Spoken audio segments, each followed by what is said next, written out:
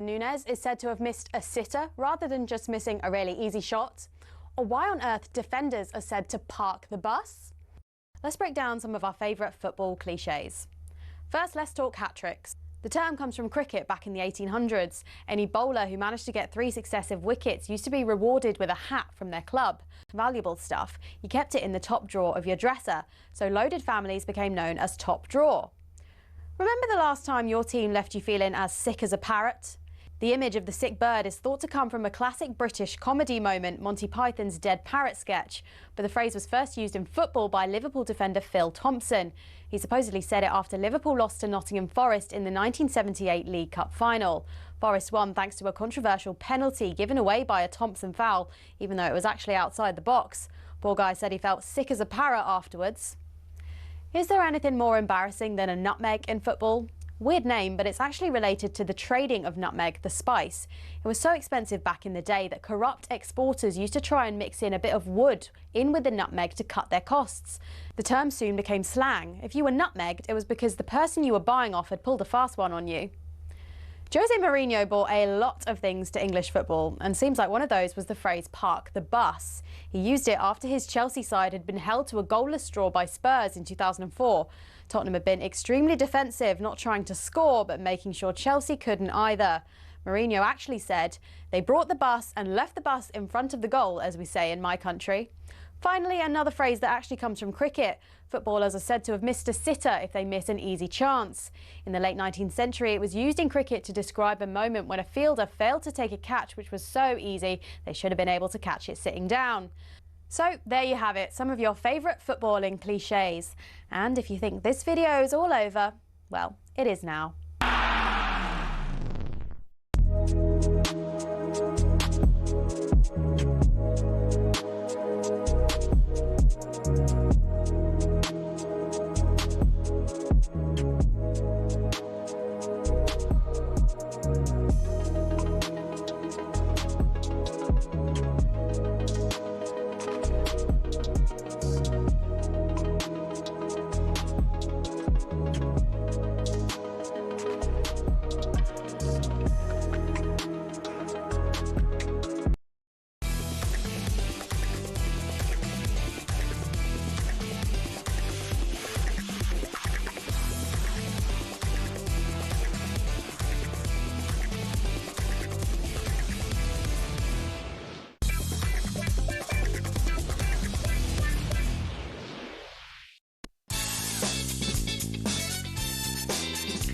Good morning to 3 minutes past 6 o'clock. It is Wednesday, August the 6th. This is talkSPORT Breakfast with Arnold Clark. Build your own car deal online or with a few clicks. They make buying your next car easy. I'm Jeff Stelling and Andy Townsend is with me right through until 10 this morning. How are you doing, mate? Good morning, mate. I'm very good, thank you, very good. And it's finally all sort of dropping into place, Jeff. This Benjamin Sesko stuff is just starting to move, and we're going to find out where he favours, where he wants to go pretty soon, I think. Yeah, it just strikes me that in this day and age, I'm not sure if it was always like this or not, but transfers just seem to take forever. Take forever. Please. Yep, they do. It's very true that. I think that and certain teams still have the ability somehow to get in there, get things done and get it moving pretty quickly. Others, it seems to take forever. United seemed to take a while over in Burma in particular. They got Cunha done a little bit sharper, which was good. And they'll be hoping, they'll be fingers crossed. I mean, that is potentially exciting for them, Jeff, if they got, Mbeumo, Cunha and Sesko come trotting out for the first game. That sounds like it's going to be good for them. Equally for Newcastle. Gordon on one side, Elanga on the other, 2 quick flying wingers who are going to provide service for a new striker if Sesko decides that he wants to go up to the North East. So it's a great choice for him, isn't it? It's a great and you know what? For a striker, I think it is really important. Other areas of the team, you end up going with your gut, your heart, and obviously maybe financial reasons will of course play a huge part. But I think for a striker, more than any other position, you got to look at who's going to provide you with what, who's going to create those chances for you. The stats and all the numbers, got the guys in the office to dig a few of those out, Jeff. I'll read a few of those out in a bit. The stats certainly favour Newcastle in terms of creating chances, creating opportunities, the amount of goals that they score, etc., over the last couple of years. So it's going to be interesting to see which way the lad decides to go. Yeah, absolutely. At the moment, I mean, it's looking he's leaning more towards Manchester United than Newcastle, but we shall see. He is, because and you can understand. Look, the history, the size of Manchester United, the global appeal, etc. It is a huge factor, and you can't possibly ignore that. But I do think, as I said, for a striker, it is important for those guys to really hone in on actually what sort of output am I going to give in the season ahead, and that's why he's got to make a big call. Yeah. No rollicking for Rangers players last night. At least I assume no rollicking for Rangers players. They brushed aside the Czech side, Victoria Pilsen, in the first leg of their Champions League third qualifying round. It's not quite done and dusted yet, but, 3-goal advantage to take away from home in the second leg. Russell Martin said he was really proud of his Rangers side's response as they delivered amazing energy and real moments of quality in their performance. So does that justify his outburst after the weekend? Do you know what? And again, Russell there, he's probably reflected a little bit on, he's had time to think about it, what he said after the first league game the other day. And the way to get out of that is to perhaps lavish praise, go slightly overboard when you see a decent performance, a good win, a clean sheet, etc., Got all of that. And so good luck to them. That's better. They move onwards and upwards, as you say. It's not done yet, but as good as. And he made some bold calls beforehand. I mean, James Tavernier didn't start, which is almost unthinkable. Nico Raskin didn't start either. 4 changes. So do you think they would have not? I mean, nowadays, Jeff, people are genuinely rotated a lot more, etc. It's not necessarily a case of, But on the back of that performance the other day, I mean, James Tavernier, I don't think anybody has been more regular and consistent than him, have they? For years up there.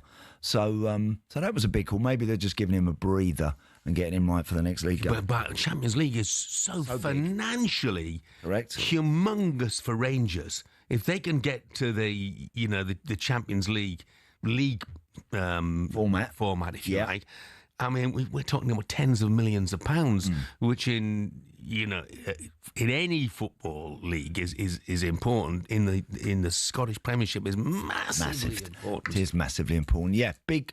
Look, that's big for them. Having got last night done and dusted and got it sorted, now it's back to the day job, if you like, and they've got to make sure they get ready and certainly get back to winning ways very quickly in the league. Yeah, the other significant thing, of course, is that that result last night means that Ali McCoist will be back on the show on Monday and Tuesday of next week. He will be indeed, yes. Yeah, he'll be basking. Well, he hopes after this weekend, he hopes he'll still be basking in that European glory. Yeah, because it's a long time since we've seen him. Yeah. So well, listen, he's had a good break. The old boy will come back refreshed. But let me tell you, nobody works harder, Jeff, in this business than Coisty. He works hard. Just not for us. Well, he does but he does work hard, doesn't he? Of course he does. He's always, and he loves it. He's always, he loves doing his job, and he's really good at it. Yeah, he really is. Yeah. Anyway, he is back next Monday and Tuesday, as it happens. But delighted to have you here through till 10 o'clock this morning. We're going to return to the Benjamin Šeško stuff. The saga continues, as Andy's already mentioned. Ben Jacobs joined the station yesterday. He gave the latest on the Slovenians' preferred destination. I think Newcastle are further down the line in terms of the club-to-club, but Manchester United's belief this evening is real confidence that Benjamin Šeško wants to move to Old Trafford. And with that, of course, they can very easily go to Leipzig and strike a deal. So naturally, Newcastle's offer is higher. It's a better structure. But I'm told that Newcastle have thrown the kitchen sink on the agent side, on the player side, with Leipzig, and yet still he's not on a plane to Newcastle. And Manchester United never planned on bidding without player buy-in. And this evening, 24 hours or so after making their first formal approach, Manchester United's feeling is that the player wants to join Manchester United. And that's the way it's looking at the moment. I read yesterday the bookmakers have stopped taking bets over where he would end up at. Former Villa striker Gabriel Bonlahor was talking yesterday about why Šeško would choose Manchester United over Newcastle. still there. The big players that have played there, the power that they still have in the transfer window is showing. Cunha could have went to clubs that are playing in the Champions League. He chose Manchester United. So that's the problem for me, is that if I'm Sesko, I am choosing Manchester United before I'm choosing Newcastle. That's just yeah. I mean, Andy, Gabby talks there about the power that they've got to still attract top players. Cunha's a good Premier League player. When we're talking about the top players, he's not up there on the top shelf of world class players, is he? And when we're talking about strikers, well, they couldn't get Victor Gyökeres. He chose Arsenal over Manchester United. You know, I don't know whether they were interested in Florian Wirtz, but he chose Liverpool. So yes, there is still that element of Manchester United. They are a massive club. They can still attract players. But I'm not sure whether you can use the argument that they still attract top players, and that Cunha shows that. Yeah, I'm with you there on that. I understand a bit what Gabby's saying. Again, I think it's the total package with Manchester United. Are you going to go there? I mean, Šeško could possibly go to Old Trafford and he could lead the charge back up the table by scoring. If he could go and get their 20 league goals next season for Man United, would be an incredible achievement for him if he could. I mean, just looking at these stats, Jeff, Newcastle, 68 goals last season, United 44, as we know. Shots, 350. Newcastle had 350, actually, Man United had. United created literally a handful, 5 more chances over the season than what Newcastle actually did, but Newcastle obviously far more ruthless and clinical in front of the goal. Season before that, Newcastle goals 85, United 57. So look, there's Newcastle as a team have a theme running through them, a lot more attack minded, and are able to provide situations. Maybe for a top-class striker on a little bit more of a regular basis. Now, I think United will be a different proposition this season. I do. I'm not sure that they're going to end up anywhere near the top 4 or 5, but I do think they'll be an awful lot better with those new guys that they've already got this season. I really do. Yeah, no, I completely agree. And they need to be, you know, and I wouldn't be surprised if they do end up somewhere near the top 4 or 5. I mean, Gabby thinks that Šeško should go to Old Trafford. Simon Jordan thinks otherwise. Newcastle comes with expectation, but doesn't come with the same pressure that Man United comes from. You know, whilst people focus on Newcastle, and they focus on it because Newcastle makes a lot of noise, because it's a very passionate football club and the fans are very motivated by it, it doesn't have the day-to-day scrutiny that Man United has. It doesn't matter what happens. You can fart in the corridor of Man United and it's heard around the world. It's not the same at Newcastle. It's very interesting analogy. Yeah, but you know what I mean in terms of what people focusing and really dialing into what happens at Man United. You've got Ruben Amorim that's presiding over a 12-year decline of Manchester United and trying to, and Ocean Liners don't turn fast, he's trying to correct it, and I think he's making lots of missteps, but then we probably all would if we were in his shoes. Whereas Newcastle, despite the frustrations around ESIC, despite the frustrations of people perhaps using it as a stepping stone club, and they might not like to hear that, but it is a reality. I don't think you lose very much by going to Newcastle. You go there, you're playing on a side that's ambitious, but is a step below the radar. You go and perform at a high level, the opportunity comes again. A stepping stone club. Because I think backing up what Simon says there, he's young enough, Jeff. He's 22. He's young enough to go somewhere and still not even be at the peak of his powers, in his best years of his career, and still maybe step up from there. So look, it's a wonderful situation. Do you just think Newcastle fans would be offended to be called a stepping stone club? No, but I think. Well, I think at the moment United are exactly the same as well. Man United right now. I mean, Šeško, look, is clearly hot property, but he's not been on Real Madrid as far as I'm aware. He's not been on their radar. Not been on Barca's. He's not been in and around that. So, look, I think I've seen bits of him last season. I commentated on a few games that he played in, and I've seen bits of him, a lot of him. Where his finishing really does look technically really good, really, really nice, the way he strikes a ball and can finish with either foot quite very cleanly and effectively. So, as I said, he's got a big call to make. He's got those 2 wingers, Elanga and Gordon, who might just provide him with maybe a bit more from those wide areas than perhaps he'd get at Old Trafford. Well, we'll take your calls on this morning. Which club is more attractive to the player and why? 03717223344. Do get your calls in. Coming up, we turn our attention to the back pages, and there's a familiar face on them this morning. We'll tell you why next.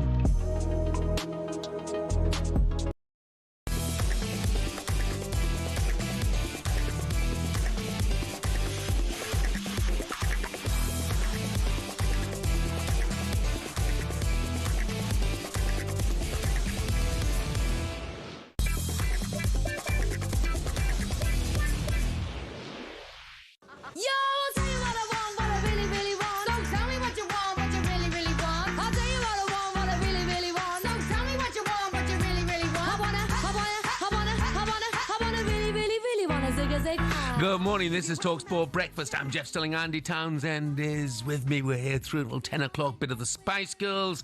To kick off your Wednesday morning, why have we decided to play it? Some people will say that's a really good question. Jerry Halliwell is 53 years old today. Happy birthday, Yes. Jerry. You a bit of a closet Spice Girls fan? Look, I'll be honest with you. No, that's kind of not really. But I don't think anyone can help but but admire what they did when they did it, and That's a great song. Isn't it? There's a lot of they made some very good pop songs. They really did, and there's no way you can deny them that. So very good. And there's been various talks in there over the years, seemingly about a bit of a reunion and a tour and everything, but they haven't been able to get that together. So there you go. But happy birthday, Jerry. Anyway. Yeah, absolutely. It was pop, but it was well done. It was, wasn't it? Yeah, absolutely. The argument over whether Šeško should go to Manchester United or Newcastle, Lewis Smith is going to wind up every Geordie, every member of the Toon Army with this. Morning, guys. It's not just about the football nowadays, is it? Newcastle is a tough sell lifestyle-wise. Ooh. You can live in or around Alderley Edge with the Liverpool, Everton, City and United players. You're 10 minutes from an international airport with an area used to these stars. Lewis, Newcastle's no backwater. You know what, mate? It's an absolutely glorious city. It's one of the most, for me... Yeah. attractive cities, not just in this country, but probably in Europe as well. Don't get me going on this one. No. Plenty of people have found that life in Newcastle is absolutely fantastic, or in the surrounding area as well, with its magnificent countryside. Very true. When I had my time at Middlesbrough, Gazza and I, we played golf here, there, and everywhere, and spent a lot of time in and around Newcastle. And loved it, Jeff. It's a real, as you say, it's a vibrant, fun, great place for anybody to live. And listen, it's got a real passion, and it's something very special, I should think, pulling on the black and white, knowing you're the only gig in town in that city. Yeah. So there's something very special about that. And so I don't think this decision for Šeško is straightforward at all.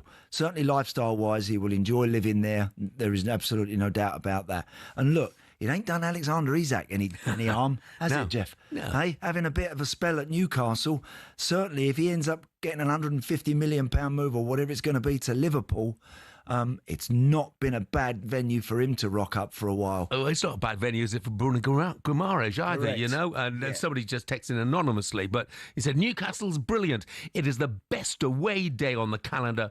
Great people in the city and a great stadium. Yeah. Right, it is, 6:23. Let's take a look at today's back pages with Tesco Mobile for Business. The Back Page Review on talkSPORT with Tesco Mobile for Business. Got a side hustle providing doggy daycare? Take the lead with business phone bills for up to 40% less than the big three networks. For verification, see tescomobile.com/business. And Olivia Bazaglo is back with us. Hey, Olivia, how's it going, apart from the earpieces? Yeah, sorry, as you came to, just trying to get my earpiece in. But I'm good, thanks. They're in. I mean, it doesn't look very good, does it? Let's put it like that. I'm good, thanks. That's good. Yeah, good. You coping with the early mornings? I mean, it's my first one. Oh, right. I've been on holiday, so I think today was always going to be hard. But tomorrow I think will be harder, and I think Friday will be the hardest. But we'll do it. You'll get through it, Liv. I know.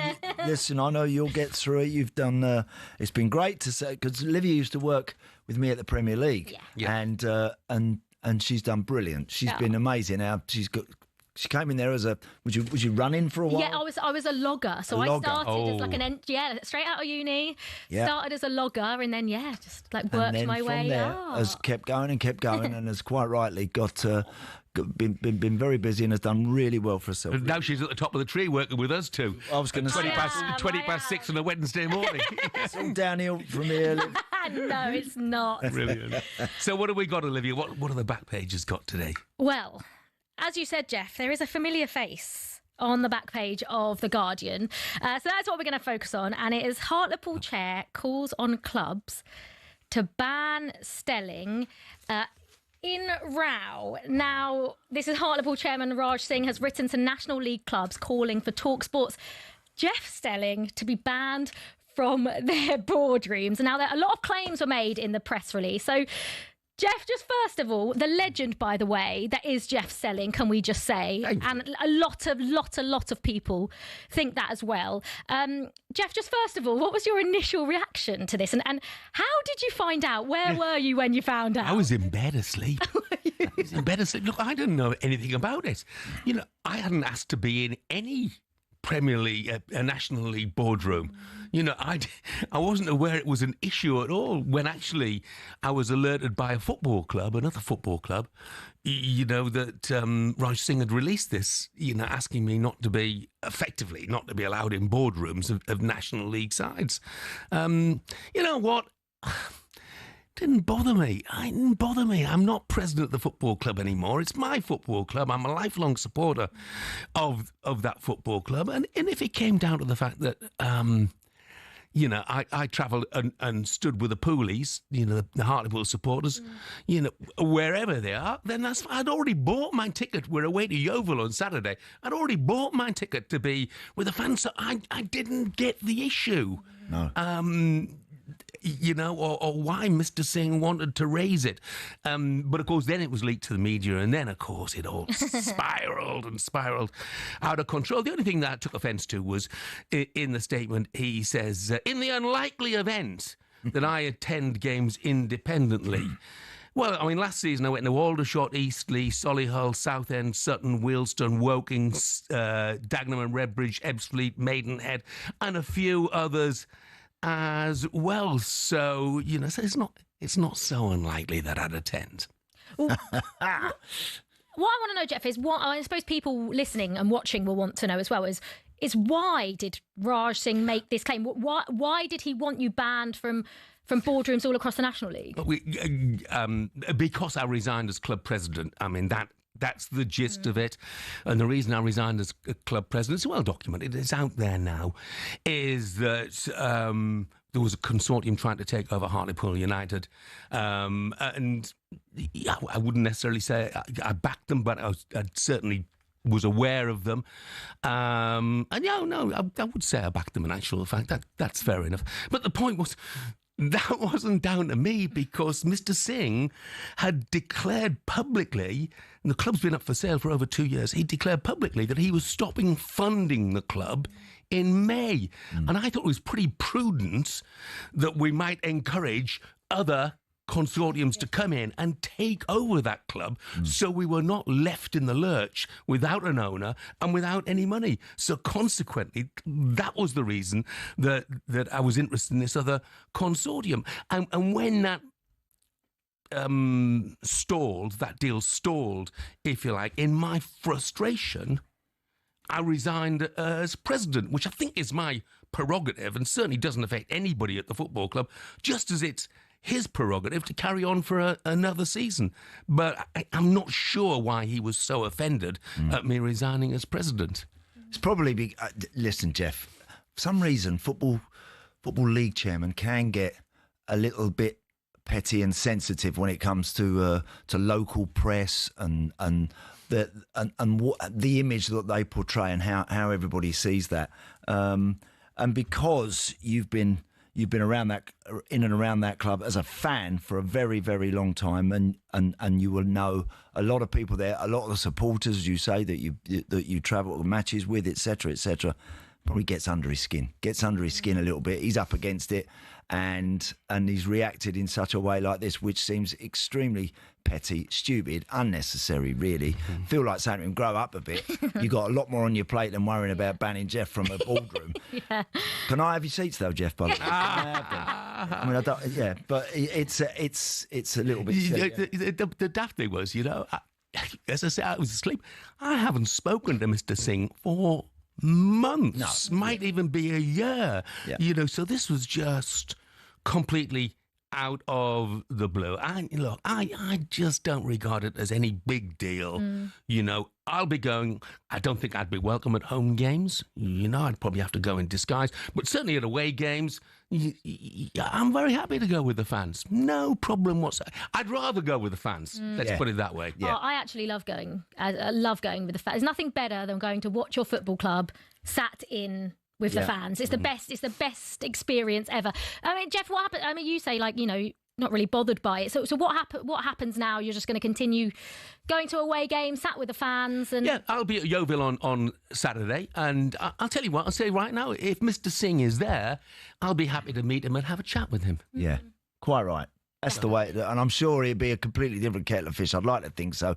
I'd like to think he's had a couple of days to have a think about it. And once the season gets going, Jeff, he realised that he's got a lot more on his plate than getting a bit daft over silly stuff. Yeah, absolutely. Brilliant. Oh, God. I don't want to be making the news, You just want to be talking about it, So it's not nice when other people are discussing you. Goodness knows what it's like to have been a top footballer, Andy. You don't read it, listen to it. Jeff, I've got one more question. Is it true that you connected Ryan Reynolds and Rob McElhenney to Wrexham? Well, that's the one thing. In Raj Singh made a statement last night, and during the course of it, he does say that. Jeff introduced the agent of Ryan Reynolds and Rob McElhenney to me, for which he wasn't meaning it in a flattering way, but I'm thankful that he's admitted that I did introduce, along with the then club solicitor Ian Scobby, we introduced Ryan Reynolds and Rob McElhenney to Hartlepool United because they were interested in buying the club, and that's something that he admits. I don't think there's any shame in that. I don't think. Absolutely not. So, anyway. And just finally, Jeff, you are a legend, and there are so many people out there, like I said, that agree with not just what I say, but all of the Hartlepool fans out there. And we have got a lovely voice note. It's a perfect way to end this. From Luke, the Hartlepool fan. Here is what he had to say about Jeff Stelling. Morning, Jeff. It's Adam here, Hartlepool United fan. Just want to come on and send you a quick voice note and say, you are an absolute legend, sir. You have done so much for this town, the community, and the football club. In fact, you've done more for this football club in recent years than most fans will do in an entire lifetime. And you spent 25 years as the face of Soccer Saturday. And in that time, you put Hartlepool on the map, the James Brown doll. You've done so much. And for that, we are entirely grateful. You are well-liked, highly regarded, you are adored, and I think I speak on behalf of all Poolies when I say there will always be a space for you at Victoria Park, and it will always be a pleasure to have you in the away ends, on the away games when it comes to following our beloved little HUFC. That's it from me, Jeff. I hope to see you down at the Oval on Saturday for 3 points and a winning start to the campaign. All right, take care, Jeff. See you soon. He's my best mate. He's not really, but but that's brilliant. It's really, really kind. And I'll be there, and the beers are definitely on me. Thanks, Olivia. Thanks, Olivia. That was a look at today's back pages with Tesco Mobile for Business. Coming up, we turn our attention back to Rangers and discuss whether the fans are already starting to fall in love with Russell Martin. The Back Page Review on talkSPORT with Tesco Mobile for Business. Got a side hustle providing doggy daycare? Take the lead with business phone bills for up to 40% less than the big three networks. For verification, see tescomobile.com/business.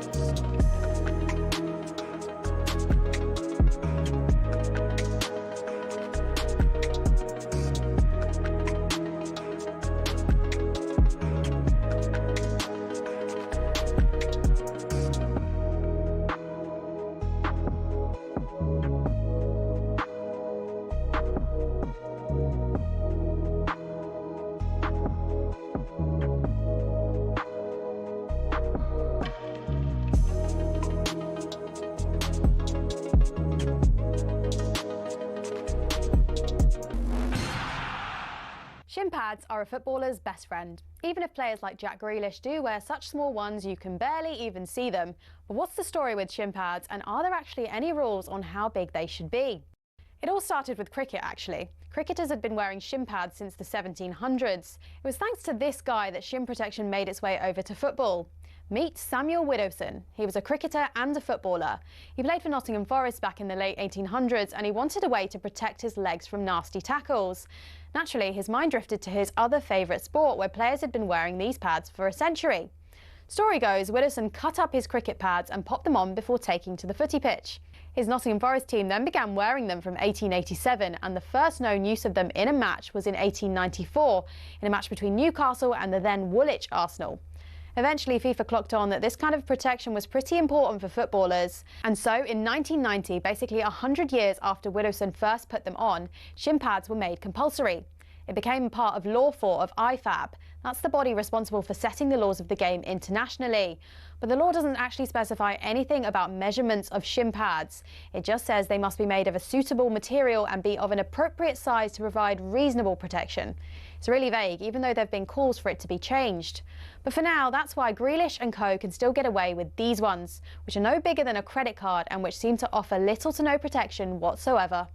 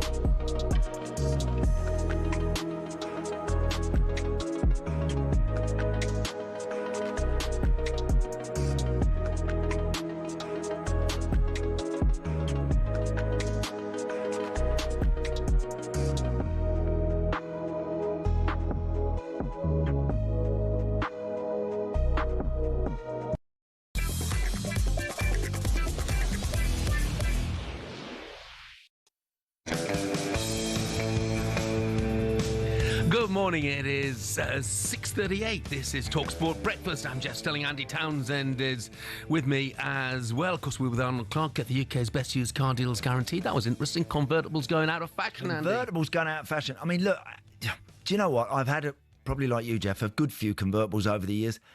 You're rarely dropping the top on these things, and Not because often. of our weather. Not often enough, is it? Yeah, not I often. always used to say it's got to be 15 degrees at least before you can drop the top on your car. And I'll tell you what, 7-8 months of the year, it is not that, unfortunately. So it's no surprise that they're not happening here anymore. Yeah. Yeah, got a nice text from Stephen from Lisbon who says, morning, Jeff and Andy. He said, I just switched on. I thought Jeff had died the way that guy was talking about him. It was a bit of a eulogy, wasn't it? Yeah. Brilliant. Now on to some proper news. Rangers carried on their good progress in their hunt for the Champions League with a convincing 3-0 win over Victoria Pilsen in the first leg last night at Ibrox. If Rangers can get through that second leg next week, they've got to be long odds on favourite. They've had a really tough playoff game. They'll be up against RB Salzburg or Club Brugge in the Champions League for a place in the Champions League proper. So manager Russell Martin pointed out after the game just how effective his football philosophy can be. Tonight, hopefully, they felt enough to really convince them that it's going to be really worthwhile and it can help us win a lot. And I think it will. Hopefully it will help everyone feel like that. The energy in the stadium was brilliant because the guys started with real intensity and energy, and we're just trying to learn all the time. Well, let's get more on this now and cross over to talkSPORT Scotland correspondent David Tannad. David, good morning.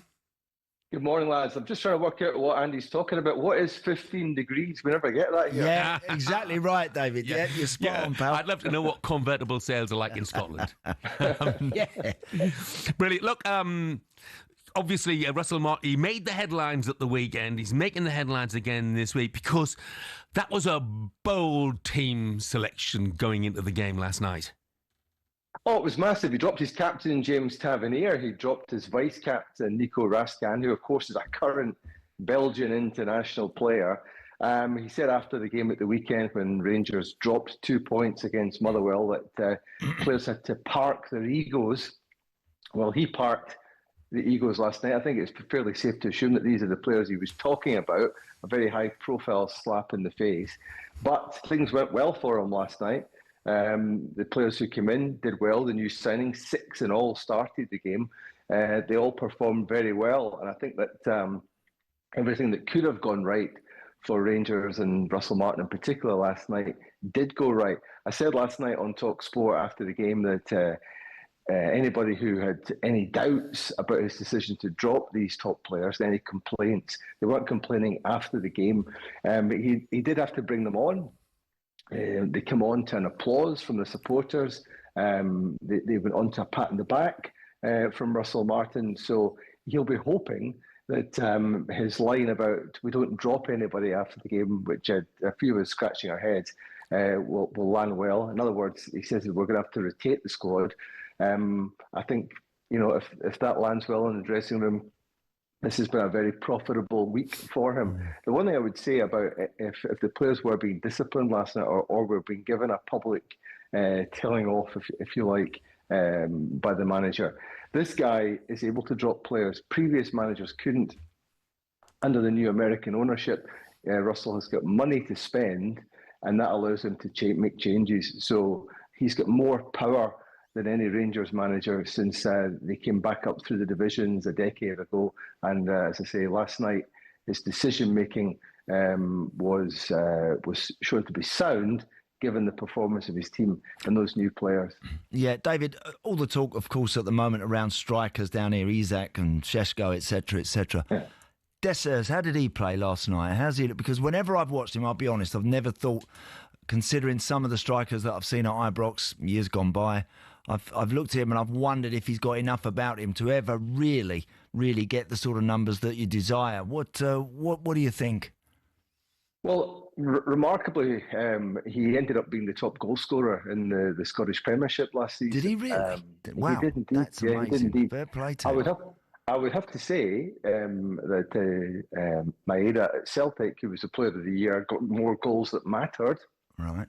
But he did get more goals than anybody else in the league last year. I think the big thing with Cyril Dessers over those 2 seasons, this is his 3rd season at Rangers, it's been his missed stats. Those big moments where you think, right, this is him going to win a big game, and it goes into the roof of the stand.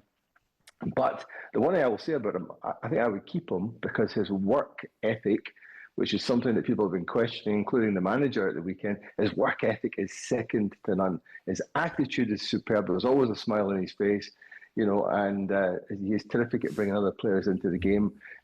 He was the subject of a bid from Ike Athens. That was rejected by Rangers. I think there's every chance that he can stay here and become a big player. But you're absolutely right.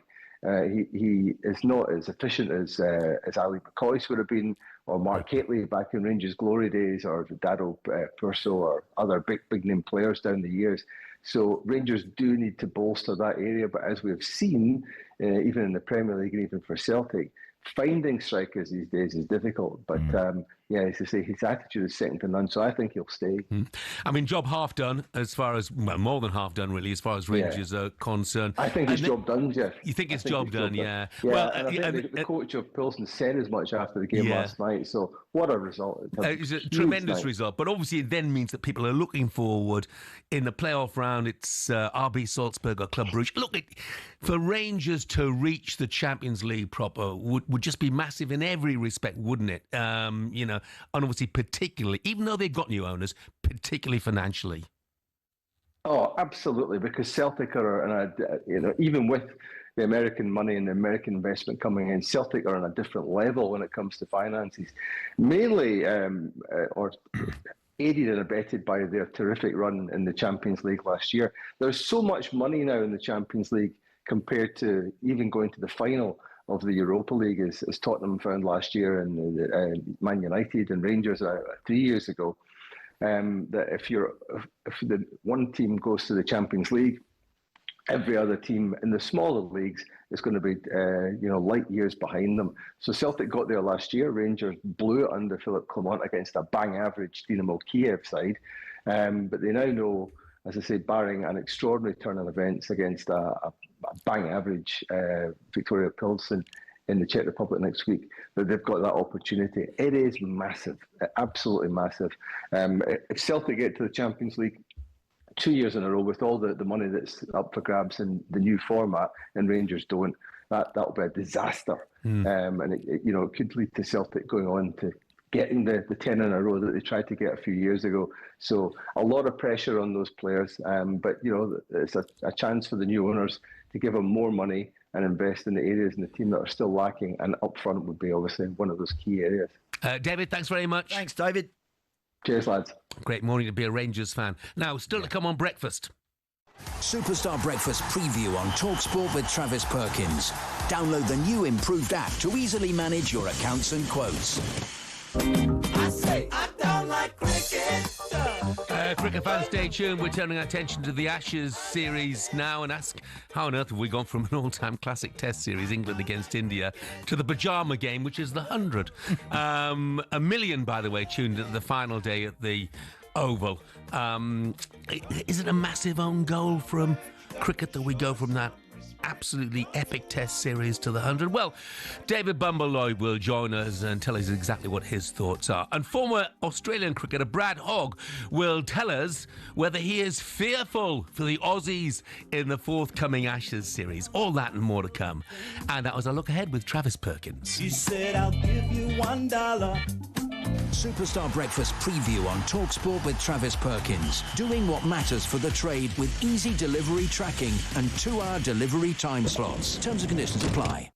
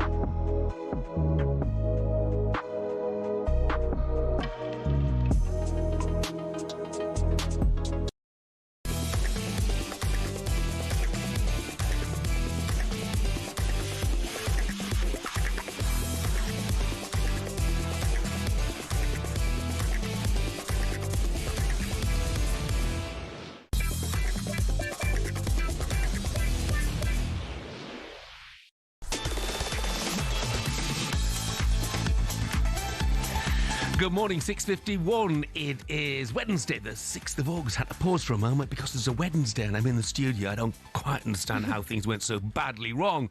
Anyway, this is talkSPORT Breakfast with me, Jeff Stelling and Andy Townsend. We're with you right through until 10 o'clock. And Olivia's back with us now to chat about your beloved, which team? The world champions. I'm going to make it my mission to get in world champions as much as I can, because no one can say anything to us for 4 years. No, because you beat all those big clubs. You beat Barcelona. Did you beat Barcelona? We beat the European. Did you beat Liverpool? No, we didn't. We just beat the European Did you beat champions. Arsenal along the way? We just beat the European champions. Did you beat Napoli along the way? European champions, Jeff. That's who we beat in the final. And you were fantastic in the final. We were actually very good. They were very good. Really, whatever you really think of the impressed. Club World Cup, if you're in a competition, you want to win it. Of course you do. And I know that the level of teams that Chelsea faced sort of in the build-up probably weren't the best of teams, but to do what Chelsea did to PSG in the final was pretty impressive. It was breathtaking. I mean, Brilliant. it was breathtaking. You know, I absolutely loved it. And you're absolutely right. You know, if you're in the competition, go out and win it. Cole Palmer was fantastic during the game. He was even better after the game with that look that he gave Donald Trump. What are you doing here? That was absolutely one of the sporting moments of the year for me. Wasn't it? Brilliant. It was brilliant. And I think to add to that, you know, I know we saw a couple of the new signings at the Club World Cup. João Pedro, one of them, Liam Delap, another one. Jamie Gittins, Hato's come in. Esteval, he counts. He signed him last summer, but he's only just joined Chelsea, announced yesterday. And I think the incomings have been in positions that Chelsea really needed. And I think it's been a really impressive summer so far. Yeah. What I don't think Chelsea get enough credit for is the money they make by selling players. Yep. The amount of money Chelsea received from selling Kai Havertz, Mason Mount, Noni Madueke, over £100 million. Already made £200 million this summer, looking to make another 150 million. But annoyingly, obviously, a lot of the players are in the back pages talking about leaving Chelsea. Nicholas Jackson is one of them, Andy. Now, I don't know about you, but I'm not happy about this. I'm not happy about it because I think, one, I watch Nicholas Jackson and I believe there is a player in there. I really, really do. Haven't seen much of it, have we? Let's be honest. But I feel like I've seen... I don't think the 2 red cards at the back end of last season and at the Club World Cup helped his case at all. I know there's discipline problems there. But going into the season with all of the games Chelsea are going to play, with João Pedro and Liam Delap, João Pedro's not even an out-and-out number 9. No. He's not. Liam Delap is, and I like the look of both of them, don't get me wrong. But I just don't think going into this season with those 2 players is enough. Really? Well, and I think what you'd probably have to say, Olivia, what sort of a difference and is Nicholas Jackson going to offer? What sort of an alternative is he going to be to the 2 new guys? Now, when I look at Liam Delap, he's a big, powerful, upright centre forward target man.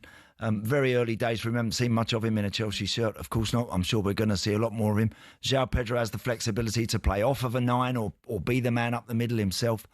Nicholas Jackson, whenever I've watched him, of course, there's a real desire amongst the Chelsea fans for him to do well. Yeah. And yet he's kind of one of those players, when you watch him, Jeff, a little bit, you just think he hasn't quite got enough to take Chelsea where they want to go. But I take Olivia's point. You know, if you're going to go in and have a chance of winning the Premier League, and I know Chelsea fans will downplay that, I know, but if you are, you've got to have a squad. And Nicholas Jackson would be brilliant in that respect. But my question would be, how would he take that? We know that there are issues with his temperament. We've seen that already in his time at Chelsea. Would he be willing to be there, you know, be on the bench, you know, be somebody who's rotated? I'm not so sure. And, Olivia, as well, his value then starts to probably diminish. Whereas, as you quite rightly say, Chelsea very successfully now have added another side to their business in finding players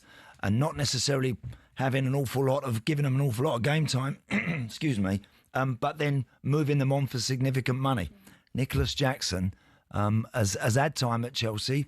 He's kind of one of those that people have always been a little undecided about. Maybe that represents profit again for Chelsea if they move him on. Yeah, I agree. And I agree with what you're saying, Jeff, about him not wanting to be third choice, because I think when both Liam Delap and João Pedro and Nicholas Jackson were all fit when he was back from suspension at the Club World Cup, he was quite clearly third choice. But I just think Chelsea have been very good. If a player doesn't want to be there, they will let them go. And I think, at the moment, you're probably going to get the best money for Nicholas Jackson. But what are Chelsea going to want for him? Because I don't think they'll accept like a low offer. No, a derogatory offer. They won't accept that. I think as well now Chelsea have shown with what's happening with Ben Chilwell and Raheem Sterling there. I think the other players at the club now will see that, Jeff, and will see, right, if I don't want to be part of the the so-called bomb squad where you just don't get involved in anything. You're sitting there clicking your heels, doing nothing, waiting for the phone to ring. He doesn't want to be involved in anything like that. I would think if they had the opportunity to move him on and make a profit on what they pay for him, I can't remember how much that was, Olivia, but if they can make a profit, which again they seem to be doing more often than not with their players, then I think they'll do it. Yeah. I would also wonder quite where he'd go. I think it would probably be a move abroad. I do too. I don't see one of the big clubs in this country going for him at the moment. Unless we get to deadline day and just before that, and there's injuries, Jeff, the season will have started. We'll have had a couple of 3 games. We'll wait and see at that point. But I don't think he's done quite enough to convince everybody at the Bridge that he's going to be the man to really fire them back to one day, hopefully, for them, the top of the Premier League. So Olivia, look, do Chelsea fans think that the world champions can be Premier League champions? Honestly, it always make me smile hearing world champions. I think realistically, no. I still think when I look at, obviously I don't speak for all Chelsea fans, but I still look at City, I still look at Liverpool, I still look at Arsenal, just being a little bit further ahead. But I think, the start of last season was very promising. We were top or up there until around Christmas time, and then we quite literally fell off a cliff. But I saw Enzo Maresca, came out and said he tried to take a lot of pressure off the players then by saying we're not in a title race. But actually now, winning the Conference League, which I know everyone expected us to do, but the confidence that gave us going into the Club World Cup, which, by the way, no one gave us a chance at, especially when we got PSG in the final. I was seeing 3-0, 4-0, 5-0 to them. But I just think the confidence that's given this squad under Enzo Maresca, I think it will be comfortably a top 4 finish, whereas last season it was not comfortable at all in the slightest. I think I'd like to be up there, but I just think we'll fall a little bit short of a title race. I still think those 3 will be above us. But I think it's all positive at the moment. And it's taken a while for us to get to this position where Chelsea fans are actually excited about what's going on. And like I said, it's been a good summer. And I think if you can get the likes of especially Raheem Sterling and Ben Chilwell out, because those are the players that Enzo Maresca has already said is not part of his squad, then, and can get a bit of money for them, then it'll be a brilliant summer, I think. Olivia, thank you very much. And that was a party political broadcast on behalf of the Chelsea. Coming up, we turn our attention to Liverpool and ask the question, the longer the Šeško saga drags on, will they get fed up and end their interest in Isak? Do they need him to win the league? That's next.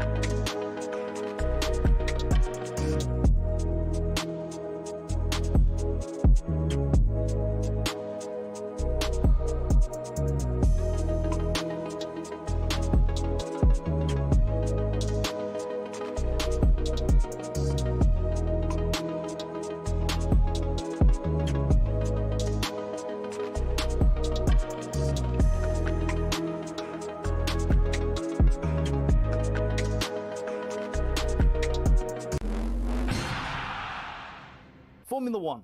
It's a sport often seen as insular and elitist, but it's seen a meteoric rise under its owners Liberty Media, not only in popularity and viewership, but in the ability to almost print money. From greater access to more races, here's how it happened. For decades, Formula One was owned and run by one man, Bernie Ecclestone.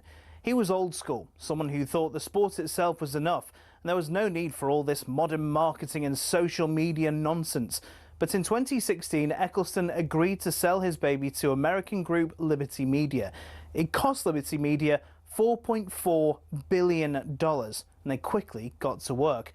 We got an F1 app almost immediately, and teams were allowed to show us more from behind the scenes. One of Liberty's most important deals was with Netflix, which in 2019 brought us Drive to Survive. The effect? An almost 70% rise in viewership for races in the US alone. It's massively benefited Formula One online too, with a rise from 7.8 million followers across its social media platforms in 2016 to around 50 million today. New eyes are on the sport too, with F1's own subscription TV channel, which people can watch anywhere in the world. But the main market they've tapped into is the US. There's now 3 races there a year in Texas, Miami and Las Vegas, and an American branded team, Cadillac, getting involved in the sport too. More races seems to be the direction of travel. A street circuit in Madrid's being welcomed onto the calendar, while conversations around a Grand Prix in Africa have ramped up in the last few years. More big events could be in the offing too, after the massive F1 75 season launch event in London in 2025. 7.5 million people tuned in to watch it live across the social media channels, and that doesn't include the viewing figures for where it was broadcast on TV in certain countries. It seems Liberty will do whatever they can to grow the F1 brand. Their efforts have been worthwhile too, with Forbes valuing the sport at $17.1 billion back in 2023, almost 4 times more than what they bought it for in 2016. Not bad, considering it's seen as a sport where people just drive around in circles.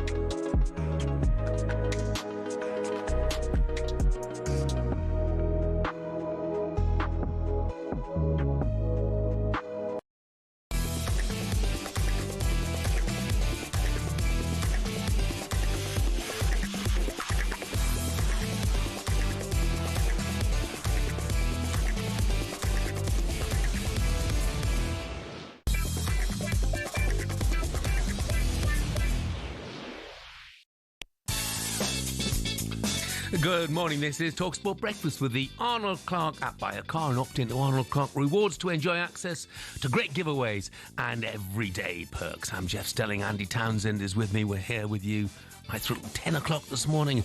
On the way between now and then, we'll focus on cricket and the, what some people see as a fall from grace from 1 million people tuning into the final day of that amazing test series against India at the Oval to the 100. Is it an own goal for cricket? Former England coach and legendary broadcaster David Bumble Lloyd will tell us his views.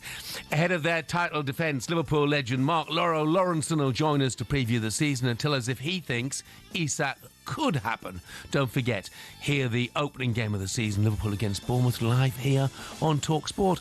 And the Charlton Athletic captain, Greg Doherty, will join us as the Championship returns this weekend. Charlton, of course, promoted last season. They kick off their campaign this weekend against Watford. Now, it feels like this transfer saga has been going on for months, well, more than one, actually. We're still no closer, really, to finding out where Benjamin Sesko will be playing his football this summer. Newcastle look to be in pole position to sign him. Yesterday, Manchester United have swooped in with a sizable bid. talkSPORT understands that Sesko prefers Manchester United to Newcastle United. And if Newcastle can't get the Sesko deal over the line, then it's another target they've missed out on. And if you're a member of the Toon Army, you've got to be a bit concerned, Andy. You're going to be a bit concerned, yes. Nobody wants to bid big for a player and then find out he's gone to a rival down the road. So yeah, that will be a disappointment for them. It'll also be a disappointment for Alexander Isak, Jeff, won't it? Because unless they get a yes from Šeško, Newcastle, then they're probably still going to hang on to him until they find a suitable replacement.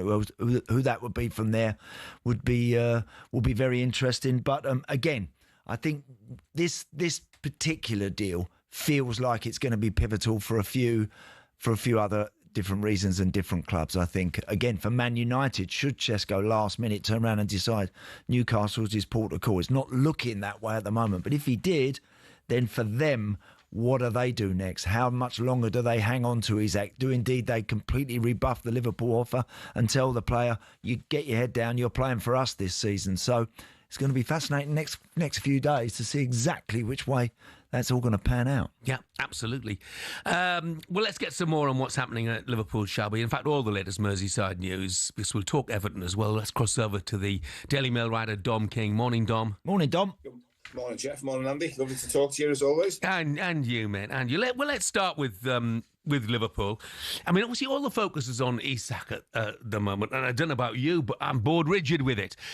I want to talk to you about the other end of the field. Should Liverpool fans be concerned at going into the season without another central defender, bearing in mind Virgil van Dijk is 34, they've got Canate, and I think Joe Gomez is the only other real option, isn't he, who's had a desperately injury-prone time?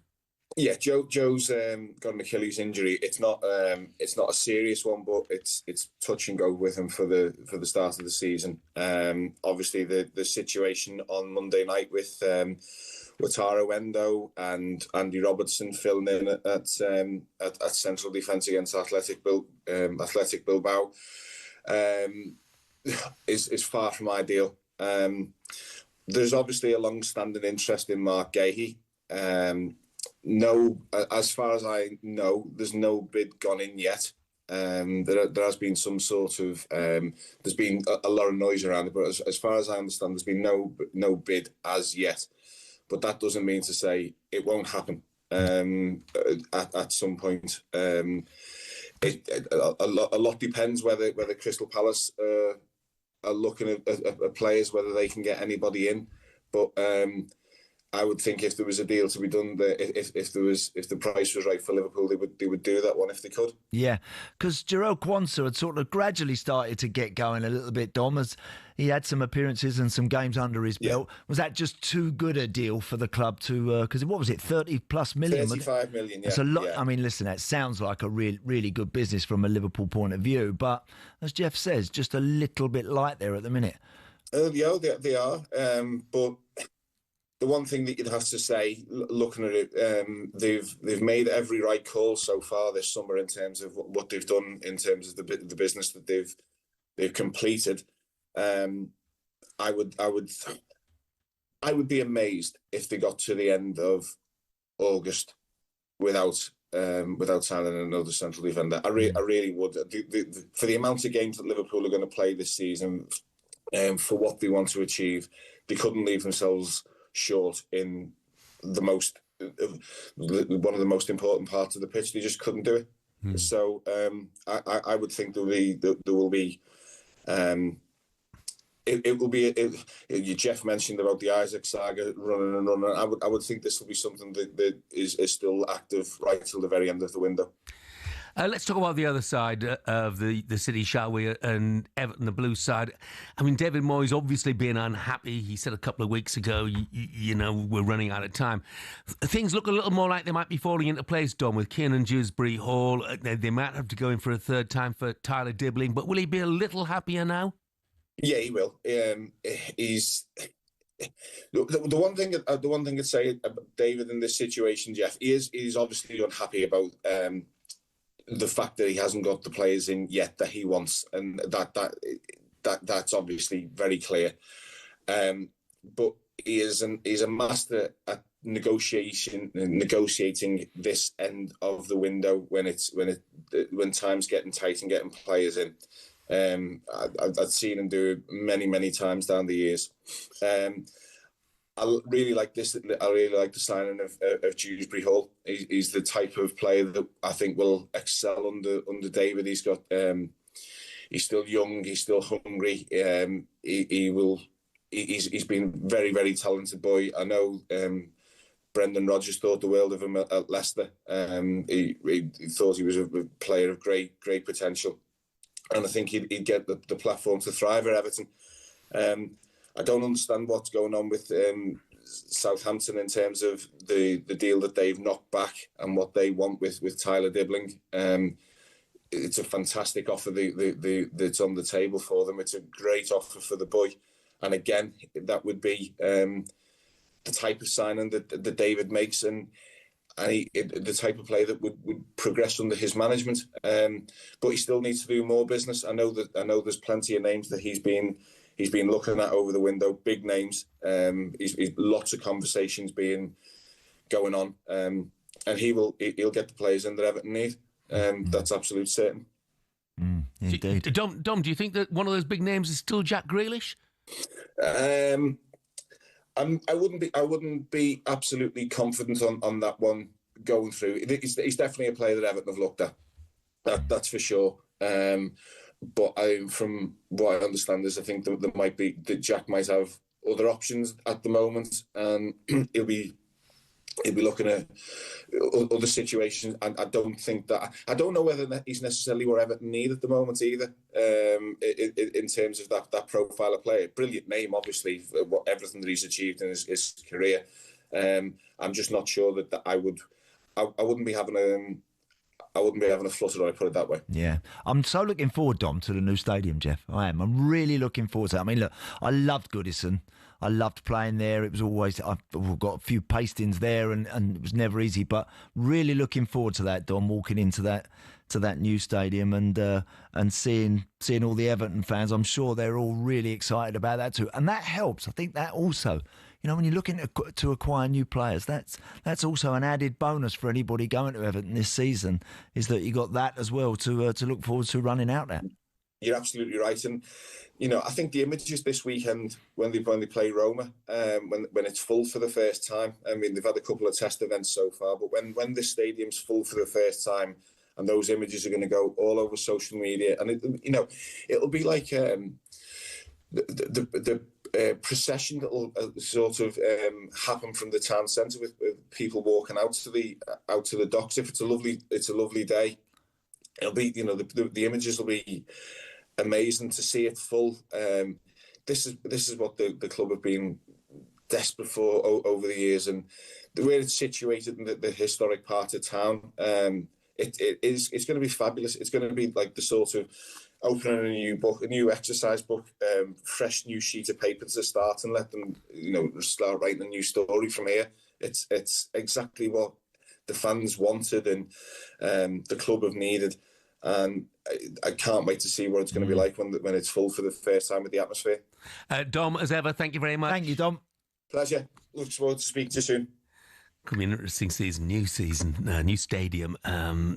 They've got Ilman Ndiaye, who's I love it. I think he's a great player. Really do. I tell you what, watching him. Got a glimpse of a teenager, 18-year-old Harrison Armstrong. Okay. Just came on for a few minutes against Manchester United in the last game in the States. He was on loan at Derby last season. I'll be interested to see if he figures at all during the course of the season for Everton, because he looked a talent. He did look a talent. It was a pretty small sample to, assess him from, but Evertonians will know him far better than I do. It is, 7:15. Coming up, we're still getting over that incredible test series between England and India, but are the Aussies quaking in their whites ahead of the Ashes this winter? We'll find out next.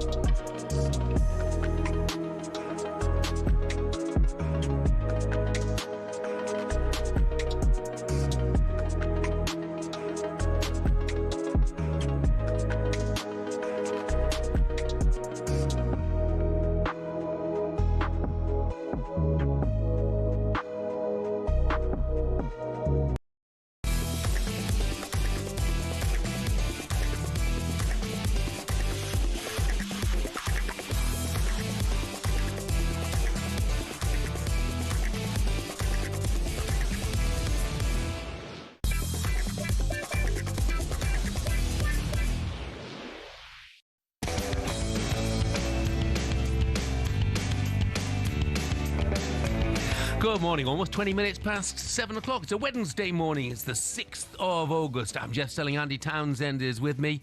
And we're with you right through until 10 o'clock this morning. Now, you may have seen in the news this morning that Ipswich have given celebrity fan and stakeholder Ed Sheeran a shirt number for the 25-26 season. The number 17 shirt was assigned to the singer yesterday and will start being printed today. What do you make of that, Andy? I don't quite get that, to be honest with you. I mean, look, listen, I know Ed is a fanatical supporter of his team, investor at the club, whatever, and loves his football. Do we start giving shirts to very famous celebrity fans?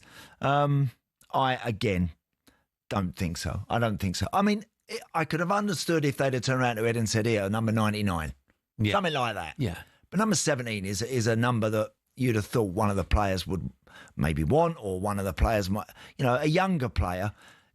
Gone are the days when you get 1 to 11 and things like that. Those days are long gone. But for younger players trying to break into that Ipswich team, Jeff, their numbers, so when you're up in the 40s, you're sort of only going to be getting a few minutes here and there. When all of a sudden you start getting a number like potentially number 17, then I don't know. It's just something that you look forward to maybe getting. But listen, Ed is no doubt probably their biggest and most famous fan. Yeah, they might make a few quid from selling. Well, that's 17 that's a Sheeran point. shirts as well. I don't really see any harm in it. But Dorian, the Charlton fan, called into the sports bar last night and gave his thoughts on Ipswich giving Sheeran that shirt number. Utter woke nonsense. It's a bit strange, isn't it? I know. It's a bit strange. No, when certain things happen and you retire certain numbers, I've got no issue with that. But if you're not in the playing squad, are you giving him a playing number? Is he going to go and play left wing? No, he's not. I bet he couldn't do 5 minutes of centre half, couldn't do 5 minutes in goal. Why are you giving him a squad number? Well, he probably gives him about 30 million. Yeah, I think that there might be a reason. Yeah, I've got to be honest. If they want to play him centre mid against Charlton, we play him. You know what? Give him a squad number. He can play him. We'll smash him 5-0. I've got no problem with that. Yeah, but George has texted in and he's got it, I think. He said he had the shirt number last year, guys, as well. It's a no-brainer. Look at the constancies just done at Portman Road. So many non-Ipswich fans all wearing shirts with Sheeran 17 on it. It's a very shrewd business move from Mark Ashton. George, completely get that. From that point of view, I can see that it might. And listen, it could spark a bit more. Chris here has said if that's the case, then Prince William should have the number 9 shirt at Villa. So, but that's perhaps now an angle that other clubs might even look at, those famous fans and what number they'd end up giving them. Yeah, and I'm trying to think of really famous fans of the Ed Sheeran level. Yes, at clubs, and it's sort of top of my head. It's quite hard to think, isn't it? It is. It is. Yeah, it is. Actually, Jeff, they can text us 81089. I'm sure there are a lot of fans out there, and whether or not they'd be willing to let one of those famous celebs have a shirt and what number they should get. Absolutely, yeah. If your club's got a celebrity fan you'd like to see in a shirt, Who are they? What number would you give them? Now then, some breaking news. Ring magazine's confirmed Chris Eubank Jr. will face Conor Benn in their highly anticipated rematch on November the 15th at the Tottenham Hotspur Stadium after the deal was completed between the two fighters. Let's turn our attention back, shall we, to a great night for Rangers. Are the fans falling in love with Russell Martin already after that win last night? 03717 223344 is the number to call. Tom's done just that. Morning, Tom. Good morning, lads. How are you? Yeah, we're really good, but you're probably better this morning. Well, I'm excited this morning, but I go back to last week. That was my point when I spoke Monday. I thought the manager was quite right to come out and name the players and say it's not good enough. It's about time managers told them for what they really are. And my argument with that is we pay good money to go and watch them. And all we're asking for is 100% effort with the crowd that they get to follow week in and week out. And look at the turnaround last night. It was absolutely amazing at Ibrox. The crowd were amazing. The noise was just pumping. It was just a fantastic night. Brilliant night. And Tom, it's a response. It was a response to the manager, wasn't it? And for the fans, they knew that he wasn't happy. Everyone disappointed with how it ended up at the weekend. So all of a sudden, everyone's just that little bit more revved up, and so in lots of ways, it paid off. It worked. It did pay off. I go to the games with my daughter, my grandson, and we're going there last night. Don't know what team's coming out. Don't know what to expect. Again, we're fighting for Champions League qualification. And we see the team. My first response was, great, he's come out and done what he says. And then the team from the first minute up to about the 75th, we were banging on out. And then he changed it a wee bit, and we kind of went a wee bit lacklustre, one or two sneaky chances they had at the end because, again, we gave the ball away too easy. But, I mean, you come home last night, you're absolutely buzzing. You get up for your work in the morning, and it's great to get into work, whereas after Saturday's performance, it wasn't that good getting into work. But... You know, it was just brilliant. It was great to see, and it was just a brilliant night overall. Were you surprised with the team? Were you surprised in particular that Tavernier didn't start? No, absolutely not. No. I think the man's been good in his first 6-7 years at Ibrox. There's no taking away the goals he scored, the things he's done for the club. But I think everything else, when you get to a certain stage, your fitness levels do drop when your age gets older. And I just believe he's just not got that same fitness. And he may still have the passion, but sometimes your body tells you just can't do it anymore. And I just thought, I mean, the wee boy Aarons is good, but I still think he's got a lot to learn. I think he's got a lot to learn to the right back. But I was pleased with the team, and I thought the new boy Antman was brilliant. I mean, he's just up and down that wing. His pace was amazing. I mean, and when the third goal went in, his pace to beat the defender, get the cross in, it was just a brilliant night. So I'm happy with what he did. I'm behind the manager, but I'm not sure if he's right, but we'll wait and see. Time will tell. Could you close the gap? Could you topple Celtic this year, Tom, in your wildest dreams? Well, I never say Rangers will get beat. I always say we'll win the league every year. That's what Rangers fans expect. So, I mean, in saying that, you saw the performance that I never watched it. I don't watch them on the TV, but I mean, my friends will tell me they weren't that good. They huffed and they puffed. So, I mean, if we can just get off to a good start, maybe go on Saturday, get a good win behind us. We've got them coming to us on the 31st August. That'll be the telling, and we'll see what we can do in that day. And if we can topple them at Ibrox in that day, then we might be going forward. Yeah. Tom, thank you very much indeed for the call. Tom. All right, lads. Thanks again. Cheers. Rangers got Dundee the weekend, getting some good suggestions in already about celebrity fans. And here's one from a West Ham fan. I give Danny Dyer any number he wanted at West Ham, as I think he's the only thing keeping Jared Bowen at the club at the moment, and he's a bit scary as well, isn't he? So, Ash in Birmingham says Eric Clapton's a West Brom fan. I saw that. I didn't know that. I didn't know that. Actually, I didn't know that at all. What number's Eric having? I don't know. But you see, it's number one in my book. So it has been for donkey's years in terms of guitar. If Jeff, if all of a sudden there was a number that every team gave a celeb or something, I get that. I just think number 17 it's a bit of a strange one for Ipswich. They've done it, and look, and good luck to them. We'll see if it's really going to kick off something else. What about number 25? Because Mark has texted to say Newcastle United have a Sam Fender 25 shirt on sale in the club shop. Is that right? Yeah. There you go. You see, so there's clearly here it's another. And look, the marketing teams, commercial teams, they're always looking at angles and ways to drum up a bit of extra attention and business. And this clearly would seem like a way of going about it. So interesting. It's different what Ipswich have done. As I mentioned, I think 17 is kind of part of the integral squad at the club. But we'll see if it catches on. Yeah, and of course we talk about celebrity fans. The Gallagher boys, Liam and Noel, don't get much bigger than that, do they? No, not at all. At Manchester City. I wonder who'd get the best shirt number of the two of them there. They'd be fighting for it, wouldn't they? Yeah. Oh, yeah, they would. Anyway, keep your celebrity fans coming in. Somebody's texting this saying Donald Trump's a Chelsea fan. Yeah, of course he is. Coming up, we hear a snippet of Gabby Agbonlaho's exclusive interview with Adam Wharton of Crystal Palace. That'll be on Drive this afternoon. We'll ask the question, is Palace the best place for Wharton to progress this season? We'll discuss that next.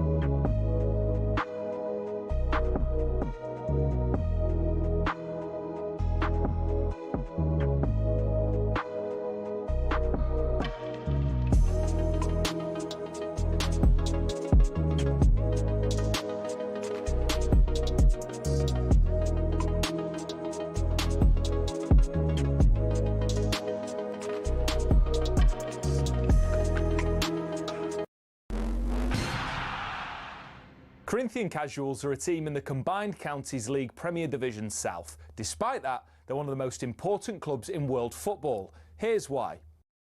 The club was formed in 1939 as the result of a merger between Corinthians FC and Casuals FC.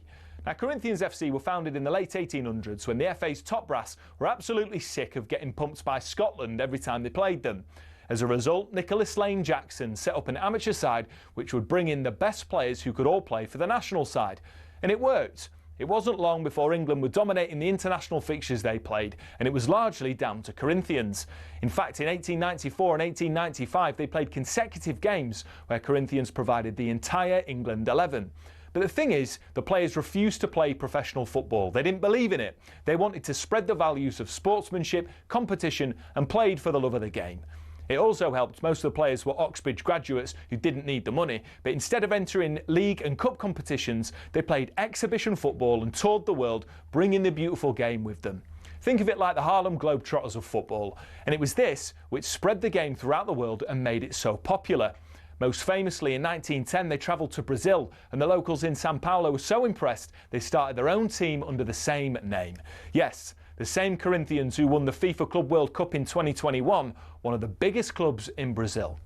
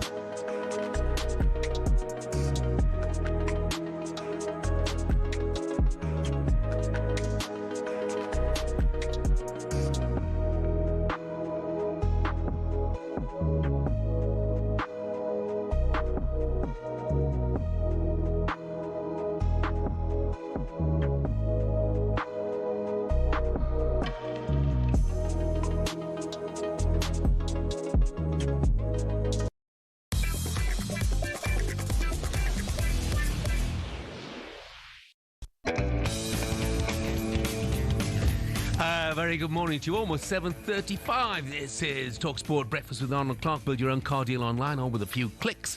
They make buying your next car easy. I'm Jeff Stelling. Auntie Townsend is with me. Looking forward to the next section of the programme because, of course, we've just been treated to one of the all-time great Test match series as England and India went head-to-head, toe-to-toe for 6 weeks.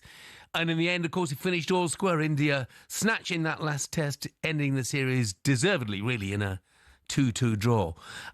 England's next Test match opponents, of course, are Australia. All eyes turning to the Ashes. Gets underway in November. I think the first test is November the 21st. So to give us more on the Australian perspective, let's bring in former Australian star Brad Hogg. Morning, Brad. Morning, Brad. Good morning, guys. How are we going? It's going to be an exciting Ashes series, but that Test series between England and India was absolutely sensational. Just right to the wire. It had a fantastic finish. I'm sorry to England fans, but well done to India for getting over the line out the back end. But I can't wait to see Harry Brook and Joe Root. I think Joe Root's probably one of the best cricketers I've ever seen, both on and off the field. I mean, look, great ambassador for the game. Brad, as a Test series, I mean, it just had absolutely everything. What a great advertisement it was for Test match cricket, wasn't it? Absolutely fantastic. So all you Aussies quaking then at the fact, that Harry Brook and Joe Root are coming for you? Look, if I'm looking at the balance of both teams, I think our bowling attack is definitely slightly better than England's. I think our spin department definitely will be on top of England's. I think we've got Cummins, Hazelwood, Boland, as well as Stark. They're all in form at the moment. Hopefully Hazelwood stays fully fit. The only concern I have for Australia is our top order. Do we keep going with Constas, which I hope we do? Khawaja's been out of form, and Green out number 3. He showed a little bit of touch over at the West Indies, but do they stay with him or put him back down the order and bring Labuschagne back? So there's headaches there. But when I look at England's team, that top order, Duckett, Crawley, just get them off to a great start to fly and really put the pressure on the opposition bowlers. And then you go through Root and Brook in that middle order. Those two really worry me. Smith also worries me, but what I saw on the final day in that final day of the 5th Test match, he was just a little bit nervous under pressure. So if he can control his nerves down here in Australia, they've got a very good chance of beating us. Yeah, Brad, Ben Stokes obviously injured, and it says that, I think I read this morning, 8 to 10 weeks for this muscle injury to heal. That's going to leave it, a little tight, I'm sure, in terms of getting him absolutely back up to full speed. An England team without him, what sort of chance would that have down under? You bring up a good point there. I just think Ben Stokes is captain. He wants to lead from the front. He's bowled himself into the ground in the 2 previous Test matches before that last one. So I just think they've got to control his workloads there. If he's not here, that also puts a dent in England's chances, both with the bat and the ball. And you need that all-rounder to be able to take the weight off the other bowlers as well, especially if you're going to play Wood, and Archer in the same team because they're out and out quicks. They can't bowl long spells. You've got to have them bowling short and sharp spells. And if you're going to play two of them as well, you've got to get the right spinner. So I'd look at going back to Jack Leach, who could do a holding role from one end, not a big wicket taker, but very economical. And I just think they might go back to him rather than go with Bashir or Dawson at this stage. Yeah, I mean, I think you're absolutely right, certainly in the spin department. You know, the Aussies got Nathan Lyon. You know, he's in a different league, really, to our spinners. Is there a feeling in Australia that, we talk about Joe Root, is there a feeling in Australia, Brad, that maybe Josh Hazlewood has got his number a bit? I mean, I think Root's yet to score 100 in a test in Australia. Yeah, well, if I'm looking at Joe Root, the way that he approached this Indian series, he just looks as though he's changed his technique, he's changed his approach. We saw a little bit of aggression there from Joe Root with reverse ramps to quick bowlers a year or two ago, but he's gone back to play conventional Test cricket, and that just tells me that he's gearing up both for India and Australia. This is a big 6 months for Joe Root, and I just think he wants to show the world how good a batsman he is, and he wants to come down and dominate a region which he hasn't dominated. And I think with Australia too, we're worried about Hazlewood's fitness, and if he's not on the park, well, we've got Boland as well who can do that Hazlewood job, and Boland down here is just unplayable. So Joe Root will still have his work cut out, but look, whatever happens with Joe Root down here, you can't take away the class from the player. He's performed generally well all over the world. Just here in Australia, he needs to conquer that and really top off his career. I love the Aussie bowlers, Brad. I do. And you mentioned Mitchell Starc earlier. He's still in top form. He's still flying. Yeah, that spell that he had in the West Indies where he took 4 or 5 wickets in a couple of overs, if he was bowling to India or England in that same spell, I still would have thought that he would have picked up 4 or 5 wickets still there. I think that's the best spell of new ball bowling I have ever seen. Wow. He was just on target, every ball, swinging it. It was just unplayable, the amount the ball was swinging too. So bringing it from outside off stump onto middle and off, it was just unplayable for the right-handers. And it was just genius piece of bowling. And if he can really set that up for Australia down here, England are going to have their work cut out. But I just think it's going to be a fantastic series. And this India series was just a fantastic advert for it. And you go back, it was over a 6-week period, this Test series. And that 4th Test match just showed how important it is. If you're behind the game, you still play for a draw, but you got the opportunity of wearing the opposition bowling attack out. And that's what India did. England had to go back, recharge the batteries in a short turnaround and go to a new bowling attack in that 5th Test match. So it's just not about the Test match that's being played, and it's about the next Test match as well, setting it up for there. And I thought India did it beautifully to stay in the contest and keep the series alive in that 5th Test match and make it an absolute beauty. Yeah. I mean, Brad, look, you talk about wearing the bowling attacks out. Mitchell Starc's 35, Josh Hazlewood's 34, Pat Cummins is 32, you know. Over the top, aren't they? Over the hill a bit? No point talking to me about age, mate. I think these two can play till they're about 40, or 3 can play till they're 40. So they really look after their bodies. They know what they have to do, and that's why they've been so good for so long. You've got to put them up there with McGrath, Gillespie, Shane Warne, Brett Lee. They're just as good an attack as them. So I just think we've been very blessed over the last 20 years, 30 years of the bowlers that have come through, and we've still got Boland there.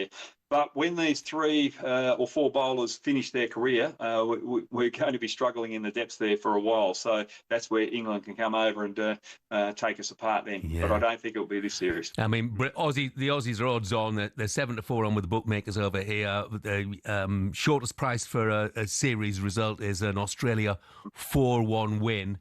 Is that the way you see it, Brad? If we had to ask you to call it? If I'm looking at it, the way that England batsmen play off that good length, they're the most aggressive team going around in world cricket. They score the most runs. They have the highest average off that length as well. If they can put Australia off that length, these quality bowlers, then England have a chance. But if the Bazball type theory does not work, Crowley and Duckett can't get them away to a good start, England are going to have the work cut out. So you might look out Root and Brook, but Duckett and Crawley are probably the 2 batsmen that are going to make or break it for England this year. Brilliant. Brad, can't wait for it. Can't wait for it. Thank you very much for joining us, mate. Thank you. Thanks very much, guys, and thanks very much to all the fans out there watching cricket, and hope they really enjoy the series there. Thanks, guys. I think it's guaranteed. Thank you, Brad. Have you ever been out there, Jeff, and watched cricket? No, not to watch cricket, no. Can you imagine? I mean, because this is now, there's going to be a lot of hype and excitement, quite rightly, around this particular series. Well, if you had a ticket out there for that would be a bit special. Dream trip, wouldn't it? It would be a dream trip, sort of almost regardless of what happens, in terms of the game. Because England not won a series out there since 2010, 2011. Some breaking news. Tony's pointed this out, that Fabrizio Romano's reporting this morning, and he's usually absolutely spot on, isn't he, that Darwin Núñez is now close to joining Al Hilal. An agreement is in place between the two clubs, so it could be that Darwin Núñez is on his way out of Liverpool very, very soon indeed, and he may well not be the last one. Well, he certainly won't be the last one, will he? 7:44, still to come on breakfast. Superstar Breakfast preview on talkSPORT with Travis Perkins. Doing what matters for the trade. Find your local branch at travisperkins.co.uk. We will be talking a bit more cricket because, of course, after that brilliant test series between England and India, 1 million tuned in, by the way, to that final hour on the final day at the Oval. The 100 is back with us. Now, is that an own goal for cricket? David Bumble-Lloyd will join us to tell us what he thinks. Next up, though, it's another edition of our favourite game, Transfer Tinder. That was our look ahead with Travis Perkins. Superstar Breakfast preview on talkSPORT with Travis Perkins. Bricks on bricks on bricks. Over 40 million available to order with delivery to site. That's one less thing to worry about.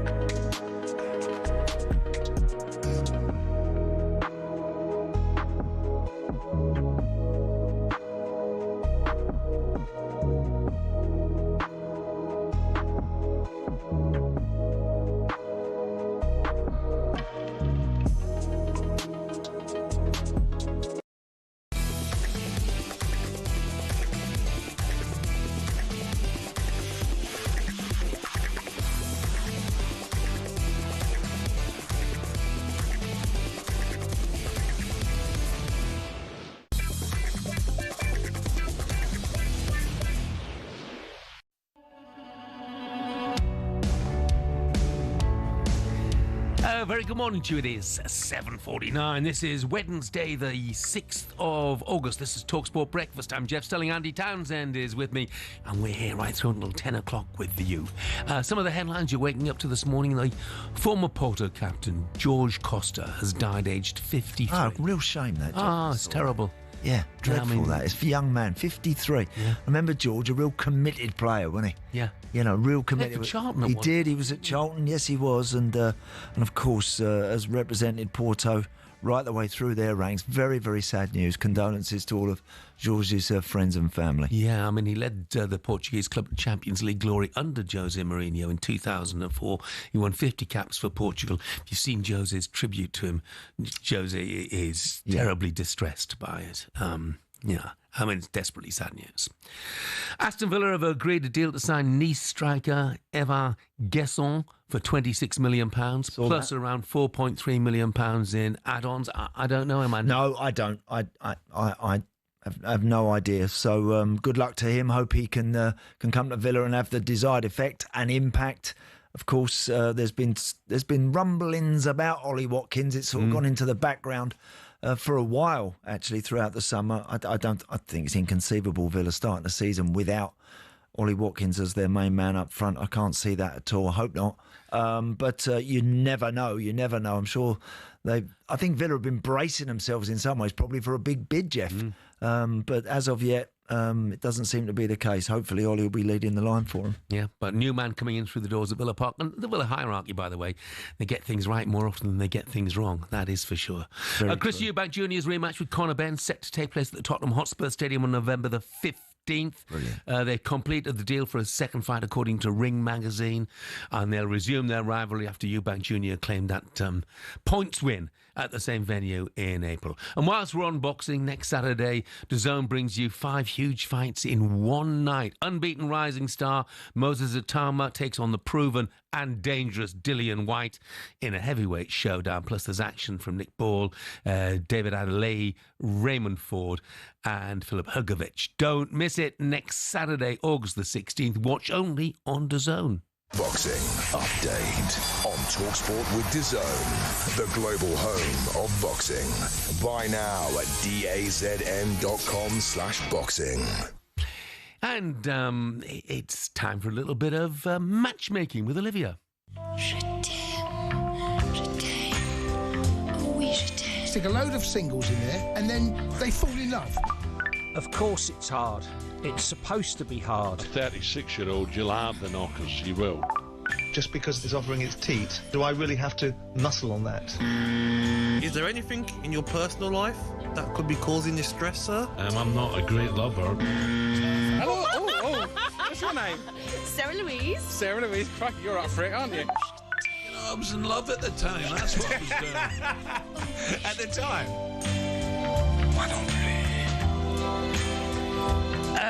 Yes, so it's that time of the day again, Transfer Tinder, where we try to make some matches. Olivia's back with us. So, Olivia, where are we going to? Who are we trying to fix up today?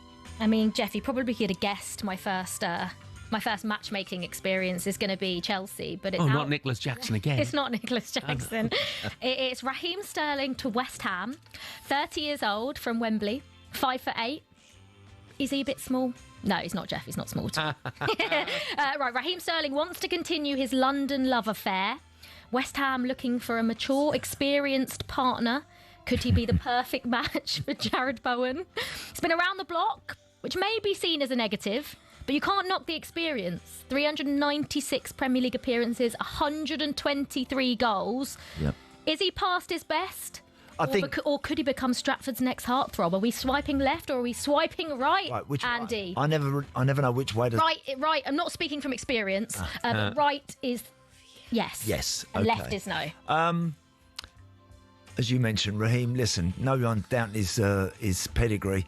I just think he is past his best, and unfortunately, it's been a little bit sad to see what's happened to him. Must be really tough for him being completely out of the picture at Stamford Bridge. Could he turn up at West Ham and reignite his career? I don't think so. So I'm going to say swipe left.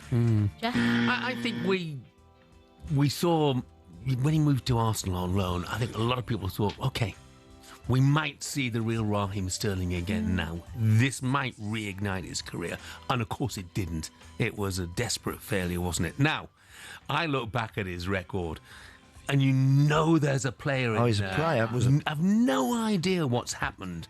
You know, why his career's sort of fallen off the edge of a cliff. But somebody in the Premier League is going to take a chance on him. Somebody's going to take a chance on him. It's not West Ham? I'm not sure it's West Ham. No, I'm not sure it's West Ham. I don't know, Jeff, if Raheem now is better suited to going and getting a game abroad or in America or somewhere like that. The MLS. Something where people know how good he was. And in his pomp at City, he was outstanding, by the way.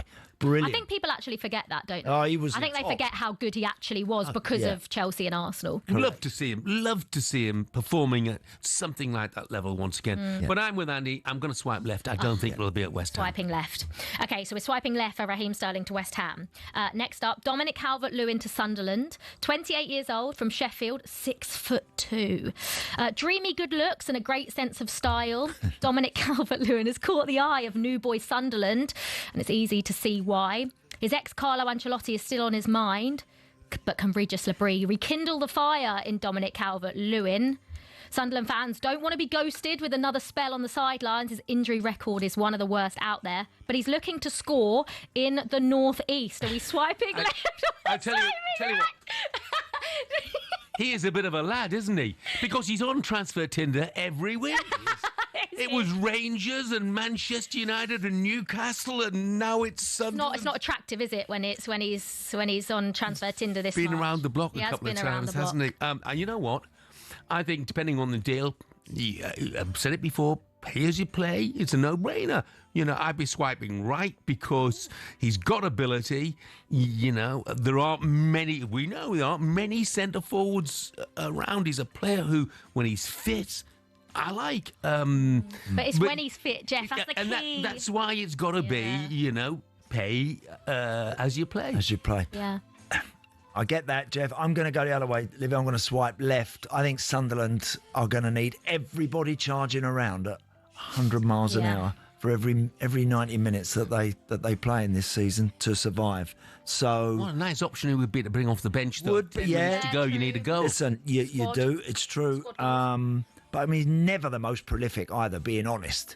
He had his moments in an Everton shirt, but I wouldn't know because I just not enough reliability there. So we've got one swipe right, one swipe left. Yeah. Okay, the final one. Douglas Luiz to Nottingham Forest, 27 years old, from Rio de Janeiro, 5'9". His holiday romance in Italy looks like it's coming to an end. He was left heartbroken in Turin.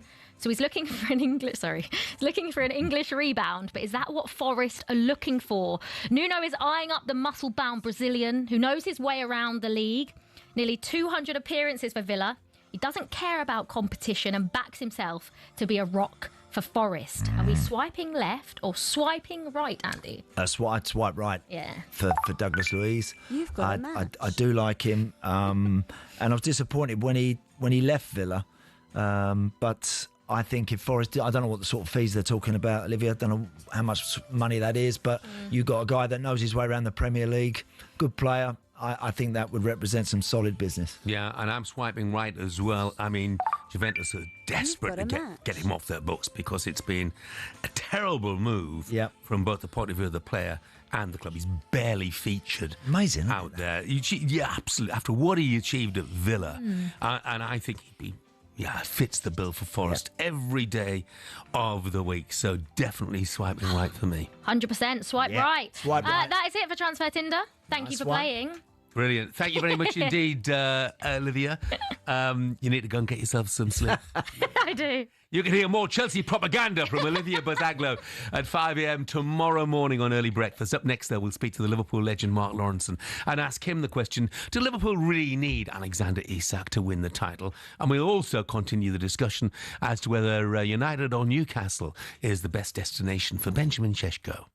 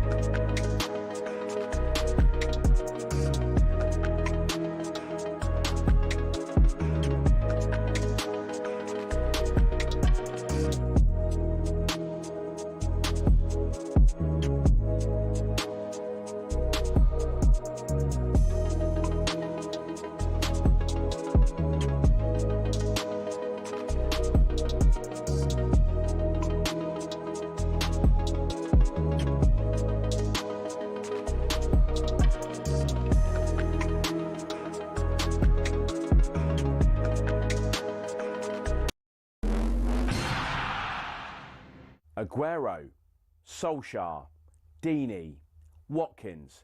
Sure, you know all about those last-minute goals, but have you heard the one about the on-loan goalkeeper who saved his temporary employers from disappearing out the Football League and into almost certain financial oblivion? Back in 1999, Carlisle United, managed by Nigel Pearson, were fighting to stay in the Football League. Carlisle's finances were precarious with a capital P that season, leading to a scenario where, with 3 games to go, they had to ask the FA to sanction an emergency loan deal to bring in a goalkeeper. Swindon Town's Jimmy Glass arrived at the club. His efforts in his first 2 games earned the Cumbrians 2 draws. Those vital points meant that Carlisle went into their final game of the Division 3 season, now League 2, needing to beat mid-table Plymouth Argyle in front of their own fans and hope their relegation rival Scarborough didn't win against Peterborough at home. The game at the McCain Stadium finished 1-1, and with the same scoreline at Brunton Park deep into injury time, Scarborough's fans invaded the pitch en masse, believing their Football League status was secure, convinced they'd done enough to stay up. However, there'd be one more plot twist. Carlisle won a corner in the dying seconds, and up came Jimmy Glass. In one of those you couldn't make it up moments, Glass scored from a rebounded header and was promptly swamped by teammates and thousands of fans who quite simply couldn't believe what they'd just witnessed. As for Jimmy Glass, he became an overnight celebrity, but he never played for Carlisle again, and his playing career never really kicked on after that defining moment. He took on various jobs outside of football before finding his way back into the sport as player liaison officer at Eddie Howe's Bournemouth, and most recently the general manager at non-league Wimborne. Not the fairy tale ending to one of the most Hollywood moments in football, but the name Jimmy Glass will live on forever as the scorer of that goal, arguably the most important in any club's history.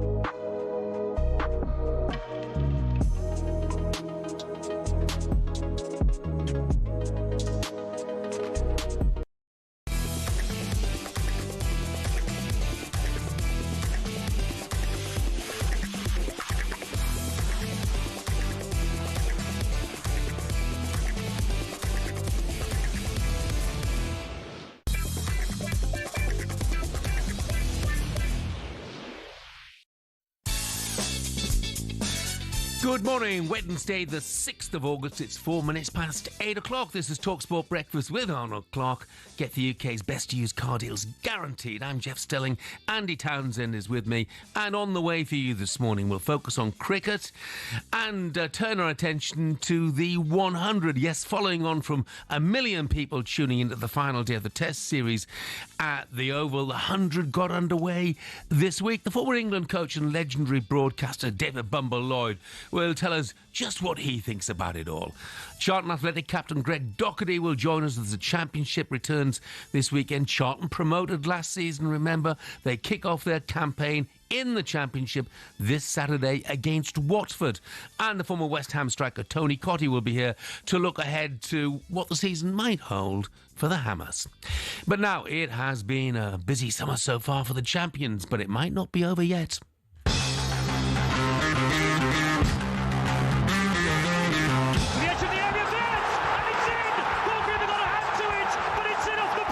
£116.5 million Liverpool will be paying for Florian Wirtz. That will be a British record transfer fee. I think it's one of the most exciting signings the Premier League's seen in quite some time. He's on the outside and drives it into the far corner. It's 4-1 to Bournemouth. It's a brilliant strike from Milos Kerkez. Milos Kerkez, I'm told, a deal very close now, full agreement between Liverpool and Bournemouth. £40 million. The right wing cross into Isaac. Brilliant header up high and powers it beyond David Raya. I mean, the Newcastle fans are not going to like this, but I would look at the situation and think, by the way, Liverpool are trying to conquer the world. And maybe Isaac's thinking, well, I'd like to be on one of them stages there, lifting them. What we're seeing here really is the champions strengthening from a position of power, which is maybe what Manchester City were guilty of not doing this time last year. Oh my, how they have strengthened. They've broken the British transfer record to sign Florian Wirtz, one of the hottest talents in European football. They've replaced both full-backs with Frimpong and Kerkez. Not sure if both will be absolutely certain to be starting full-backs. They've slapped £70 million on the Frankfurt striker Hugo Ekitike, and it looks like they're lining up a second bid for one of the biggest talents in the Premier League, Alexander Isak. And this, of course, all to add to a squad that won the league by 10 points in the end last season. Let's bring in another Liverpool legend, give us more on this. A man who won 5 league titles and a European Cup, of course, with the club. It's Mark Lawrenson. Morning, Lauro. Morning, Lauro. Yes, morning. All good? Yeah, really good, thanks, mate. Now, look, your lot, they brought in Wirtz and Kerkez and Ekitike and Frimpong. They kept Mo Salah as well, of course, importantly. Would they win the league without Alexander Isak? I would possibly argue and say no, because, the likes of Chelsea, Arsenal, they're all strengthening, aren't they? So, no, I would say to that, Jeff, to be honest with you. Interesting, that, Lauro. I mean, we've had a lot of people as well talking this morning that, of course, all the focus on Isak, but a centre-half also should be a priority for them, this season now as well? Yeah, absolutely. Van Dijk's, ever present. The French boy, he can be, for such a big lad with such a big frame, he does miss quite a few games. So, I think that's definitely up there. Listen, they've not stopped shopping, have they? No. They're probably 3/4 of the way through. I would imagine there's probably another 2 or 3 players going to come into the building at some stage. And if it's Isaac's, if he's there as well, we all know what he can do. The great thing for Liverpool, if they get him, he's a lad who actually makes his own goals, let alone about the fact that, he plays for the team. He actually makes his own goals up front on his own. Who are the strikers you played with at Liverpool, Lauro? That I played with? Yeah. Russian King Kenny. Wow. I tell you what, it's what names to try and follow if Alexander Isak does end up there. I think the best thing is maybe not to try and follow them. You can't follow Kenny. Kenny is the best player Liverpool have ever had. Stevie G, comes as a second, but Kenny was a genius. He couldn't run, he couldn't head it, and he had a big fat arse, but he was a genius. No, he was. Seriously. He sounds very similar to me, apart from the genius part. Yeah, apart from the fact that you've got no talent. Yeah. Thanks, Laura. I used to regard you as a mate. Thank you. But his relationship with Russia was amazing, and Kenny played most of the game with his back to Russia. But he just knew where he was. He never wore shin pads, Kenny. And in the 80s, imagine not wearing shin pads. It was like, wow. And I just remember talking to him one day. We used to travel back home in the car, me, him and Hansen, on a regular basis. And I said, why don't you wear shin pads? He said, the day I wear shin pads is the day I'll pack in. Did he? So, brilliant. Yeah. Laura, what's it like with 2 new fullbacks as a centre-half yourself, and all of a sudden you've got a couple of new faces in those positions? How difficult can that be? Or you say, no, you think it's good?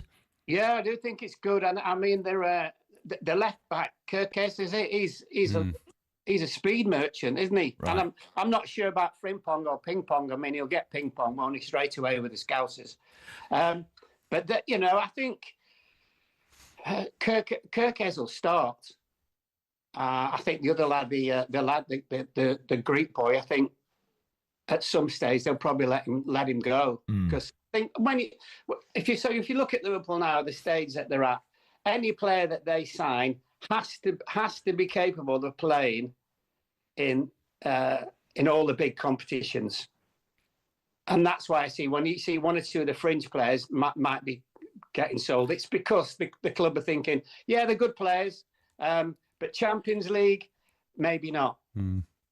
I mean, I look obviously at the incomings at Liverpool, Loro, but I'm also looking at the outgoings. Obviously, Alexander-Arnold, Kelleher, Kwanzaa, Nat Phillips, Luis Diaz, Tyler Morton. Looks like Harvey Elliott might be going to Leipzig. Looks like Darwin Nunez might be going off to Saudi. And, of course, tragically losing poor old Diogo Jota. Can you have too much change? No, I don't think so, because the days of like having squads of 15 or 16 in our day have gone, haven't they? It's 20 plus now. So no, I wouldn't think so. And I think the other thing as well is when all these lads walk through the door, the players already in there are thinking, wow, has he come to play instead of me? So I think if anything, I think it's really, really healthy that the thing of competition for places now, and if Isak comes as well, is going to be amazing. And probably it would be if he signs, and whether it's a big if or not, we don't know. It's probably the best. It will be the best squad that the football club have ever had for me. Wow, that's a statement in itself, Loro. That, to be fair. Where's the biggest threat coming from, Loro, this season? Maybe a little bit Liverpool themselves, if they think they can coast it, which I don't think they will, obviously. But they've all strengthened, haven't they? Obviously Arsenal have strengthened. Chelsea will be very, very interesting. What will Man City be like? I think this next season will probably be one of the best seasons in terms of it will go very, very well, sort of down to the wire for somebody who wins it. So we'll just have to wait and see. Laura, can't wait for it. Start against Bournemouth, of course, week on Friday. It's live on talkSPORT. Laura, thanks for joining us, mate. Jeff, thanks, Laura. 1 minute. What have you done with Hartlepool? Oh, nothing, mate. Nothing. Well, Simon Grayson's got the job, hasn't he? Yes, he has, yeah. Bags of experience. We had a decent pre-season until the final game of that pre-season spell. We get underway at Yeovil on Saturday, and I'll be there with the fans shouting him on. Well, listen. When you play York away, because I live in York now, I'll get you in the director's box. Thanks, Loro. No worries. Cheers. Bye. Brilliant. Look, I've got one quick text I've got to do here because it's really interesting. Kevin Newcastle says, as an ardent Newcastle fan since 1967, I've realised that every time the transfer season comes around, we're used as a stepping stone for players for the big London and North West clubs when they come calling. We have to accept the Wags have a big say in this matter. Do they? No, I don't think so. I don't think so. They may have a preference, the girls and the wives, but the big say in it, no, I don't think so. I think it's, I think it's all about for the guys and the. Come on, if your missus in your playing days said, no, we're not going there, I don't want to go there. Oh, look, she can have an opinion, of course, Jeff. And but you'd have listened to her. But actually, my wife was always happy to get the bags packed and move on. But what, from you? Yeah, from me. You're not wrong. But no, I think there are some that would maybe potentially cause a bit of an issue over it. But I do think, listen, when it comes to it, I don't think too many of the guys are going to be absolutely swayed by what the missus is saying and where she wants to go and shop. Thanks very much indeed, Andy. Thank you, Kev, as well for that text. So are Newcastle a stepping stone club? 03717 223344 is the number to call to have your say. Are the Wags to blame for it? You might have an opinion on that as well. We're taking your calls from 9 o'clock this morning.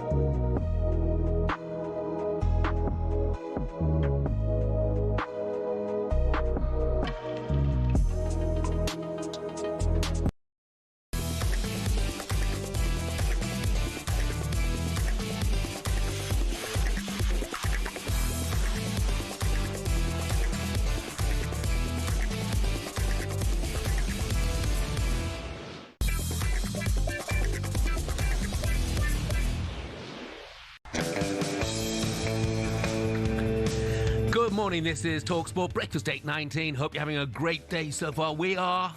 The we being me, Jeff Stelling and Andy Townsend. We're with you through until 10. Gary Lineker's having a decent day as well, because you'll see on the front page of The Sun this morning that Gary is back after just 3 minutes. Back on the box, the match of the day legend. He wasn't a bad player either, by the way. He's not not the day legend. Is on your screens again on Saturday nights. But this time he'll be on the other side, ITV, if you like. He's hosting a new game show called The Box, and it sees 12 celebrities out in boxes. I'm not sure that's quite literally or not. And they're given a number of daring challenges. Now I'm reading that it was a massive hit, this show, in Norway. Right. Watched by more than 1 million people, which might not sound many, but that's a fifth of the population. So that's a lot. And that's often what happens, isn't it? These shows, are successes in other countries and then are adapted and brought here. So, do you do much sort of celebrity stuff? I went on Who Wants to Be a Millionaire with Steve Ryder many years ago, and we got 50 grand for charity, which was good fun. But back in the day, Jeff, I was asked to go on quite a few of those other programs. We didn't do it. I didn't do it a couple of times, Family Fortunes and stuff like that. But not really my scene, that. So I didn't do it. But listen, I look forward to watching that, because I think there's been lots of there's a ton of new sort of quiz shows out there on The Box, isn't there? Yeah. And not all of them always seem to go the distance and seem to grab the public's attention. And it's very difficult. It's not very, easy. very. I did a show called Alphabetical for 2 seasons, right? 2 series, but unless you can get a decent time slot, and we were in a slot in the second of these little mini runs. They were, when we're up against absolutely massive shows. Yeah. It's really, really difficult to get established, and that's what you need. Did you like There's Countdown? No guarantee. Did you like Countdown? Yeah. I love being on Countdown. It was brilliant. That was good. That's good. But Countdown slot has got poor. It's got a worse time slot. Right. Almost year after year after year after year. It used to be, on in sort of peak viewing time, and now it's on sort of early afternoon. Right. Which makes it more difficult for it to get the viewing figures. You mentioned Steve Ryder. Yes. And I always use this as a chance to blow my own trumpet. You should have asked me to be your partner on Who Wants to Be a Millionaire, because I was on a celebrity version of The Weakest Link back in its heyday when Anne Robinson was hosting, and I got to the final 2, where I played Steve Ryder in the shoot-off. And I beat him. So I was the Weakest Link celebrity sports presenter champion. Brilliant. And I have to tell you, I got the 5 easiest questions in the world. Steve knew the answer to all of my questions. He got the 5 toughest questions in the world. Yeah. I knew the answer to none of his questions. Yeah. So it's completely luck of the draw. Yeah, Nothing it's funny. more than that. Dear. No, it's good. Good experience on some of those shows, And I remember doing, obviously, Question of Sport back in the day. Yeah. Done it. I did it with when David Coleman was presenting it. What was always fascinating for me, you get as long as you like to answer your question. Like when you're watching it on the telly and you get asked, and you used to say you want a home question, so you're getting a football question coming at you. When David Coleman asked you it, you got as long as you like to. Whereas on the telly, obviously, when you're watching it, it looks like you've just got sort of 20 or 30 seconds to somehow come up with the answer. But actually, in the audience, you'll be sat there for 10 minutes while someone's still scratching their head to get the answer right. But the big thing is, though, that for me, it's a bit nerve-wracking, You're used to TV, used to radio, but you're out of your comfort zone. So I did things like catchphrase, I did. Yes. And amazing how quickly your mind goes blank. Yeah. And Crystal Maze, where I knew other team members were depending on me. That's a good one. It can be really nerve-wracking. Like the chase. Do you like that? Yeah, the chase. I like the chase. Chase is brilliant. And when I mentioned alphabetical, we filled in a slot that the chase was occupying. So it was very, very hard act to follow. Okay, it's high time that we got the latest odds with Coral and Dave Stevens. The Coral Daily Download on talkSPORT with Coral. We're here for the fans this season. 18 plus, gambleaware.org. Steve-O, good morning to you. Andy, Jeff, how are we doing, chaps? Yeah, good, very good, thanks, mate. Yeah, you got a favourite quiz show? Oh, do you know what? I really like Who Wants to Be a Millionaire, and I think Jeremy Clarkson's a really good host of it because he's quite sarcastic, should we say, Jeremy? But he's kind of there to help. So yeah, that's a good one. So, but I love the fact that you won. I know you're in the final of the Weakest Link, Jeff. No, I won it. You won it. That's. I mean, look, Andy. There's not many of us can say that. No, very few. There aren't many people who would want to say that. But what I want to know is, Gary Lineker's got this new job. I mean, Ali McCoy must be onto his agent saying, how the hell have I not got a job? I mean, there's a job going that Ali hasn't got. Come on, because he's probably got at least one spare day a week. He turned it down, Steve-O. Yeah. Of course, he said, no, not for me, I'm too busy. Hey, Steve-O, Championship gets underway this weekend. Who's the favourites? Yeah, Ipswich are, so two of the teams that came down, Ipswich 3-1, 11-4 favourites, sorry, Southampton 5-1 to bounce straight back up. And then it's Birmingham, big spending Birmingham, of course. But Andy, how much of a step is it up from League One, which Birmingham, of course, ran away with, now going into the Championship? Third favourites, is that an overreaction, or is it, of what you've seen of them, are they capable of making that next big jump? I mean, look, it's going to be a fascinating watch. I think there's a lot of teams in there, Steve-O, that you can make a genuine case for. Birmingham, I think, are going to be very competitive. Whether they've got quite enough to be up there, I'm not sure. First time round back in it, but I think it's going to be a great watch this year, the Championship, as ever. Yeah. Ultra competitive, a real slog. But I see Birmingham being in and around the shake-up. I'm sure top 6, top 8. Yeah, as I say, they're very much towards the forefront. 6-1 shot. Sheffield United 8, 12 less. I mean, Coventry, Frank Lampard. They've got to kick on from that playoff disappointment, haven't they, and take the positives from how they finished that season last season. So look, we know what a notoriously difficult league that is to get out of.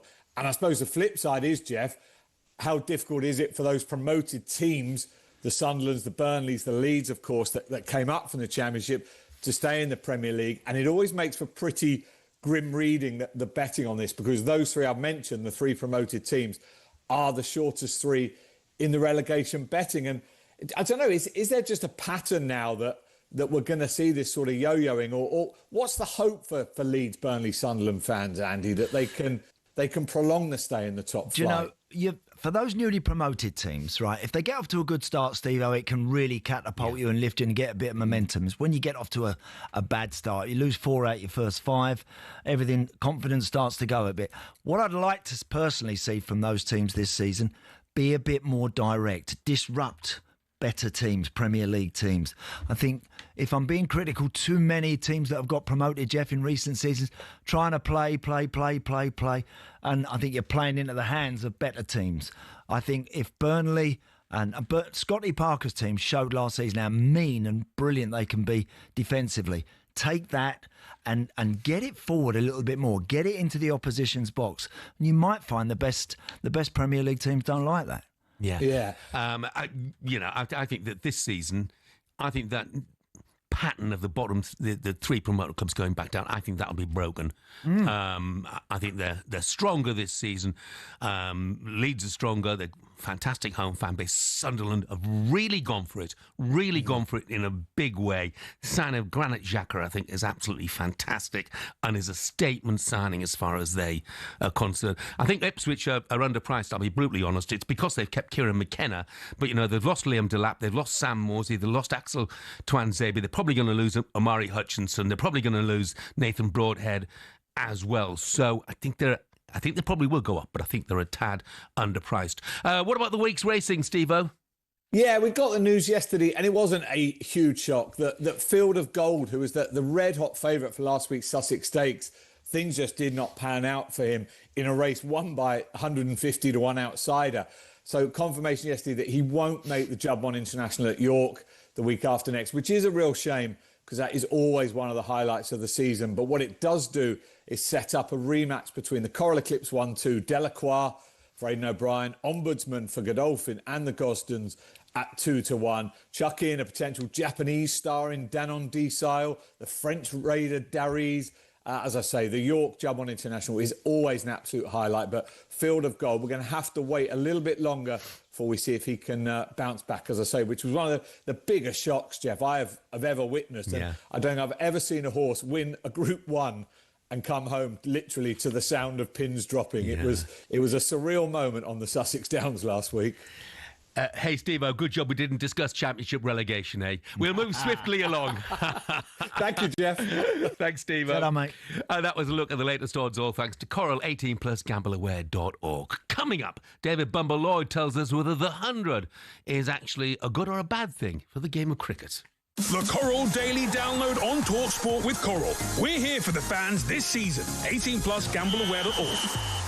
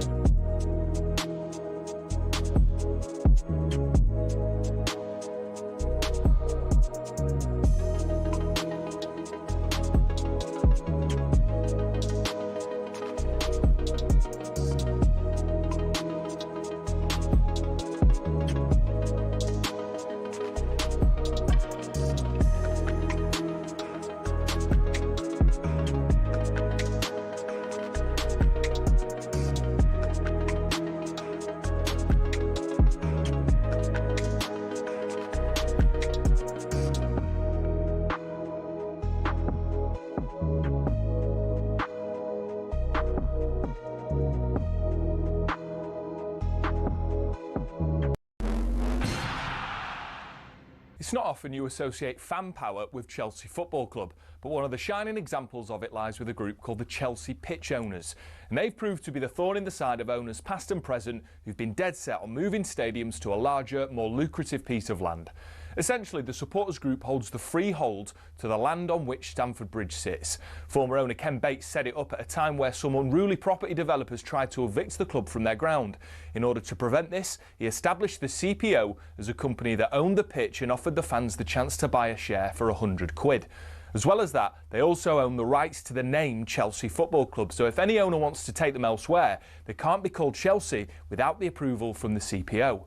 Now, in 2011, Roman Abramovich tried and failed to move them away from Stamford Bridge, and this has set a precedent for Todd Bowley and the current power brokers at Chelsea. They know any plan which involves moving from Stamford Bridge will require CPO approval from the now 13,000 fans who own it. There are fans who are concerned that if they stay at the bridge, they'll be left behind their domestic and European rivals who are moving to more commercially successful stadiums. But for the heritage and history lovers, Stamford Bridge is one of the iconic English stadiums, and to move away would be a grave mistake. It might not be as flashy as others, but stadiums like it have something about them that cannot be replaced. One thing's for sure, if Bowley wants to take Chelsea away from their home, he'll have to go through the CPO first.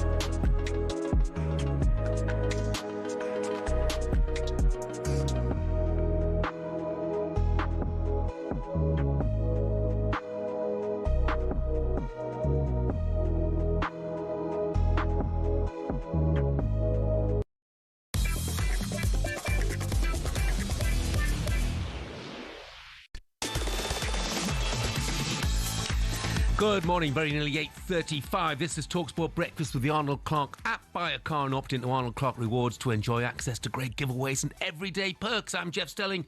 Andy Townsend is with me for the next hour and a half or so.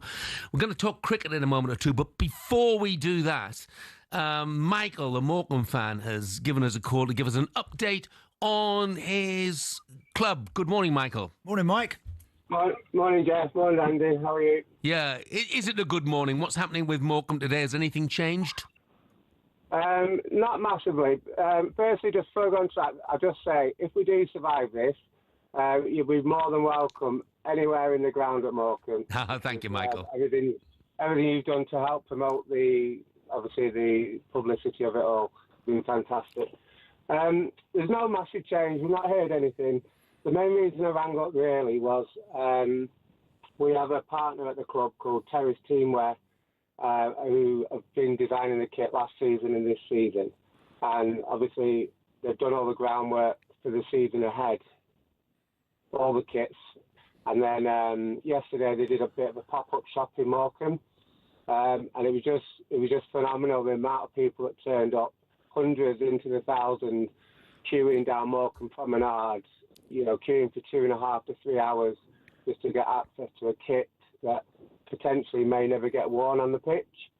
And as a group, they've offered, should the worst happen, they've offered to supply kits for a Phoenix team if the worst did happen, free of charge for a couple of years.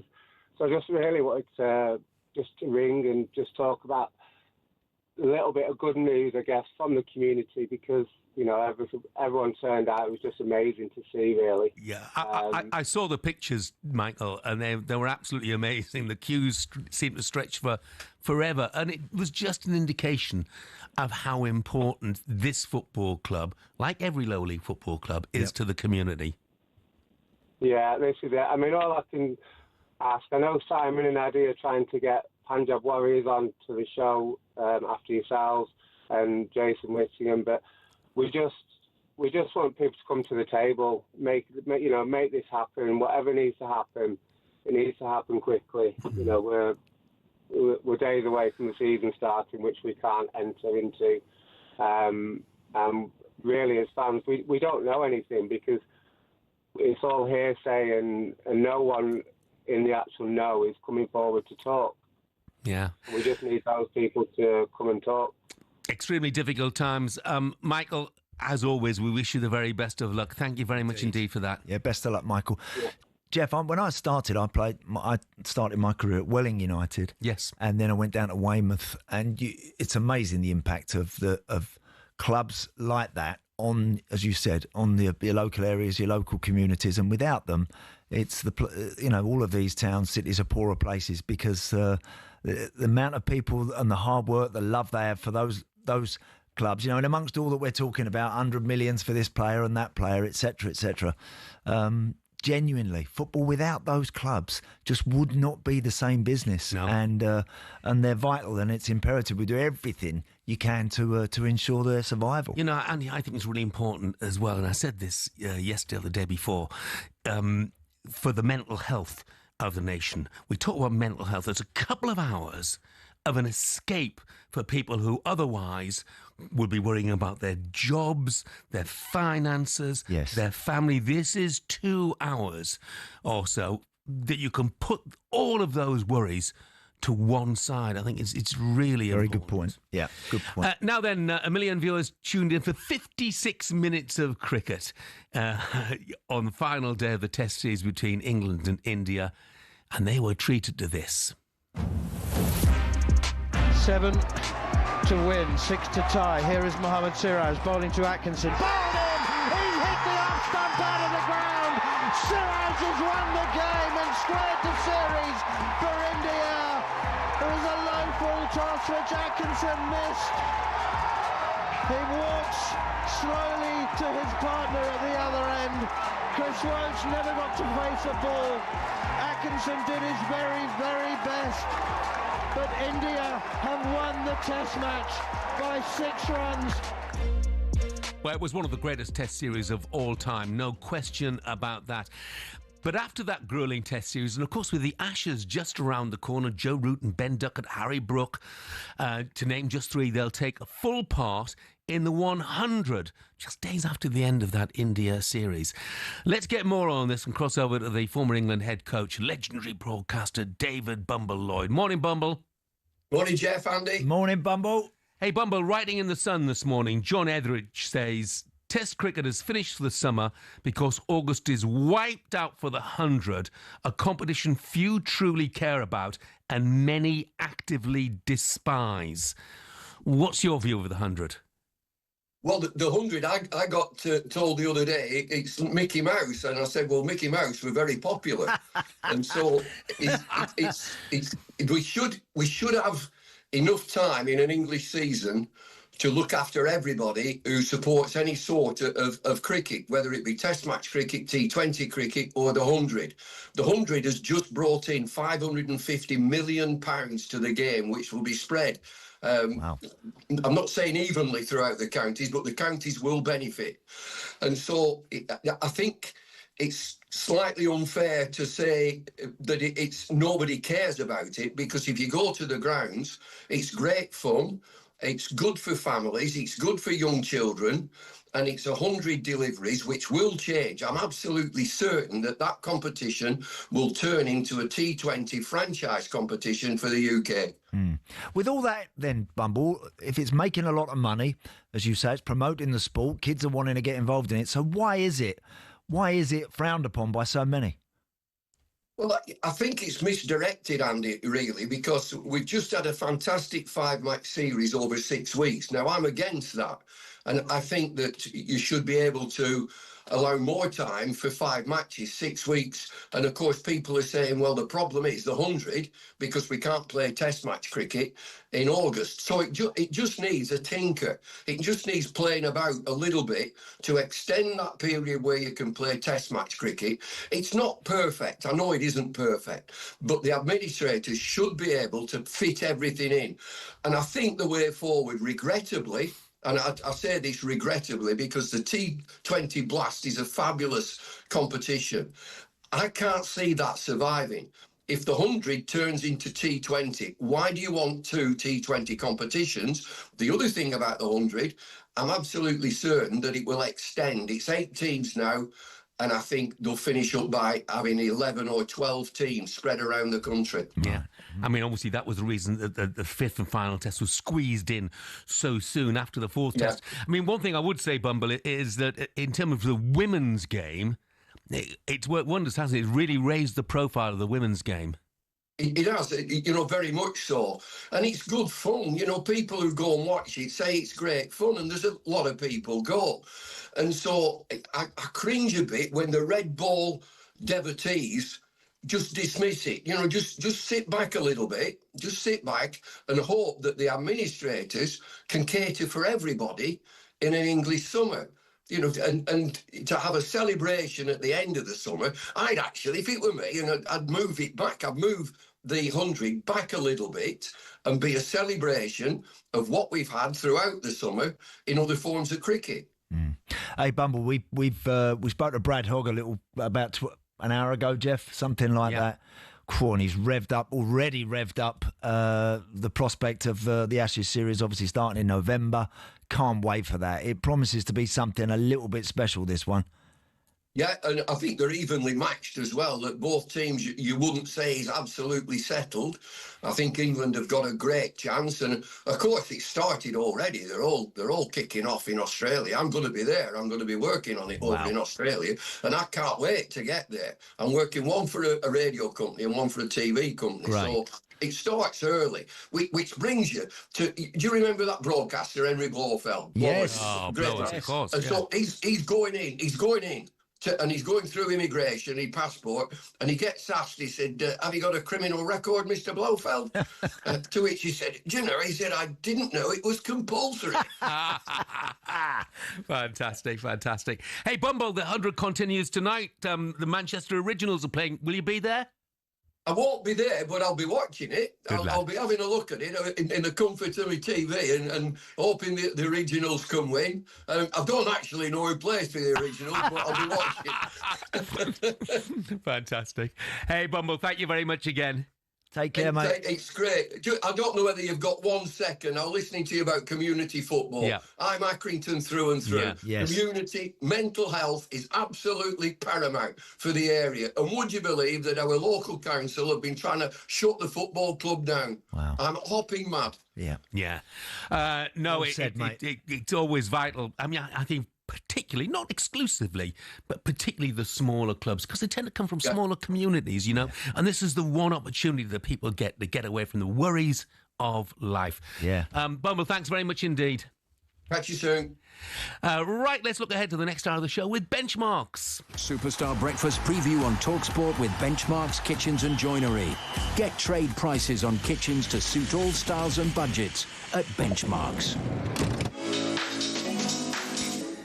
Newcastle United fans, you've had a tricky summer so far. Alexander Isak could be on the move. It looks like Šeško might prefer Manchester United. Surely you can't miss out on another signing. Despite the frustrations around Isak, despite the frustrations of people perhaps using it as a stepping stone club, and they might not like to hear that, but it is a reality. Newcastle fans, get in touch. 03717 223344 is the number you need. We're taking your calls at 9 o'clock. Is your club a stepping stone club? How frustrated are you about the targets you've missed out on during the course of this summer? Do get in touch. That was our breakfast preview with Benchmarks. Superstar Breakfast preview on talkSPORT with Travis Perkins. With 250 hire branches nationwide, it's easy to hire at Travis Perkins.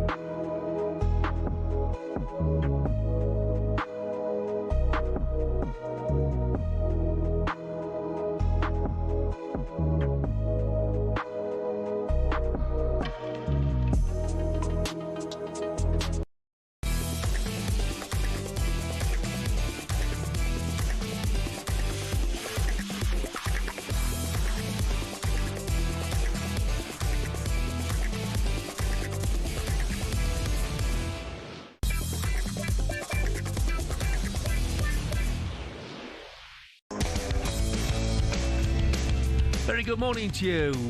This is talkSPORT Breakfast with me, Jeff Stelling, and Andy Townsend, talking cricket with Bumble, and it's touched a chord with a few people, in actual fact, who want to make a comment about the 100, not just the 100, but the effect it's had on test matches as well. For instance, Martin in Lim says in 2025 there has to be a time for all formats of the game, but shoehorning the summer 5-test series into 45 days and ending on the 4th of August is outrageous. Sport is about more than money. Matt from Barrow says, I absolutely agree with Bumble. The 100's a great competition, great fun for the family too.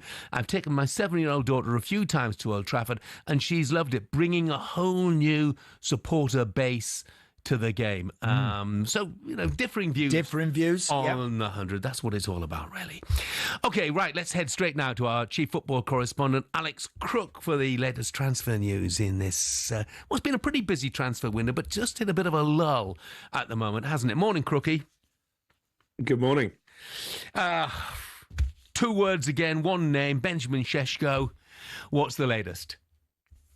Well, the latest is pretty grim reading, I think, for Newcastle fans. We reported yesterday Manchester United had finally come to the table with a rival bid to Newcastle's offer, actually worth slightly less than what Newcastle are prepared to pay, €75 million plus €10 million in add-ons. And I think once this offer went in, Newcastle fans feared the worst because the brief coming out of Old Trafford, excuse me, was that Manchester United would only bid once they got buy-in from the player. And I've been told this morning Newcastle pretty resigned now to the fact that Šeško only wants to join Manchester United. No agreement between the two clubs yet, but they're working on that. But I'm told Newcastle will move on to alternative targets. Another blow for Eddie Howe. There's been a few deals that got a long way down the line that Newcastle haven't quite been able to pull off this summer.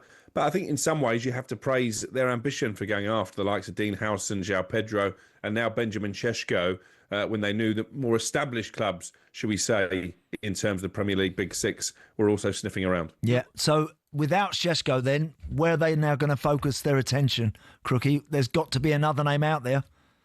Yeah, absolutely. Johan Wissa talks continue with Brentford. I think there's some confidence that Newcastle can get that deal done, but arguably they need not one but 2 strikers in this window. Ollie Watkins at Aston Villa is another potential alternative. Lois Openda is a name that's been mentioned to me.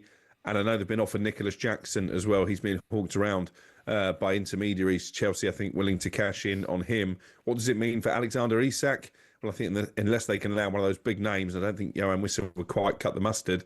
I think the likelihood now is that Alexander Isak won't be allowed to leave this window. The revolving door continues at Anfield. Crookie, Darwin Núñez and Harvey Elliott could be the next 2 through the exit side. Yeah, there has been a suggestion this morning that Al Hilal have reached an agreement with Liverpool for Darwin Núñez. That's been played down by talkSPORT sources. At the moment, they're still discussing personal terms with the player. Only once they've agreed with him will they make a formal bid for Liverpool. Harvey Elliott is certainly one to keep an eye on. Lots of interest from the Premier League. The likes of West Ham United have tried for him. And we're hearing at the moment that Leipzig, in the news, are the latest club showing an interest. I think that will be dependent on Xavi Simons completing his move to Chelsea, but there's every possibility that once that happens, Leipzig do make a formal bid to Liverpool. Yeah, a lot of ins and outs there, aren't there? A lot of ins and outs. Look, West Ham have been pretty quiet this transfer window. Any movement down there? Yeah, the goalkeeping situation is an interesting one. I think they made it clear right from the start of the summer that they wanted a new number one. Obviously, they let Fabianski go at the end of his contract. Not convinced, I'm told, Graham Potter, by Alphonse Areola, who made a high-profile mistake in their first pre-season game over in America against Manchester United, gave away a penalty inside the first 5 or 6 minutes of that game. They've been in talks with Botafogo about John Victor. Looked like that deal would probably happen because Botafogo are signing Neto from Bournemouth on a free transfer as his replacement. And then last night I was told that actually they remain in talks, West Ham, for Mads Hermansen at Leicester, and that he is the preferred option with Graham Potter and his coaching staff. I don't think they'll sign both John Victor and Mads Hermansen, but at the moment it looks like Hermansen more likely. Yeah, and still, Crookie, big names like Raheem Sterling, Ben Chilwell, Jack Grealish, these guys that you'd have ordinarily you'd have thought someone would have been all over the guys like that very, very quickly. Those guys still hanging around, still sitting around, still waiting. I'd keep an eye on Everton when it comes to Jack Grealish, because they were keen on Tyler Dibbling from Southampton, have been unable to meet Southampton's asking price. I think Southampton want a fee of around £50 million, which Everton have decided is too rich for them. So Jack Grealish comes back onto their radar. In terms of Raheem Sterling, I reported this yesterday, his preferred option is to stay in the Premier League, indeed to stay in London. And again, there is a link between Raheem Sterling and Graham Potter at West Ham. I think they had a good relationship when Potter was Chelsea manager at West Ham, until one of the clubs tracking that situation, along with Crystal Palace and Fulham. Crookie, thanks very much indeed. Thanks, Crookie. Yes, guys. Text, thanks, Crookie. Got a text from Joe Clark about Wolves. Is any Wolves transfer news? Crookie said only Liverpool, Newcastle and Manchester United are making deals right now. Well, the last Wolves rumour I saw was that Axel Disasi from Chelsea was on Vitor Pereira's wanted list. So whether that happens or not, well, it remains to be seen. He had a spell, didn't he, Jeff? He had a spell at Villa.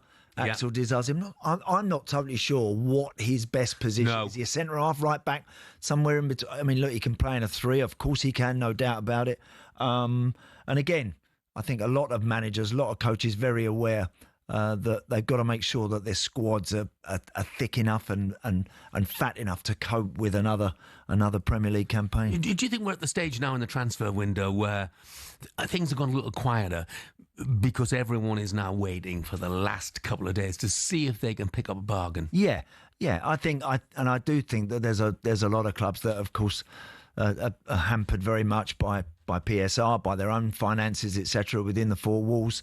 So they'll wait and see. Honestly, Jeff, I think once the first game starts and a couple of teams get off to a bit of a bad start, couple of injuries, all of a sudden they'll be dipping their toes straight back in that market before September the 1st or whenever it is it closes.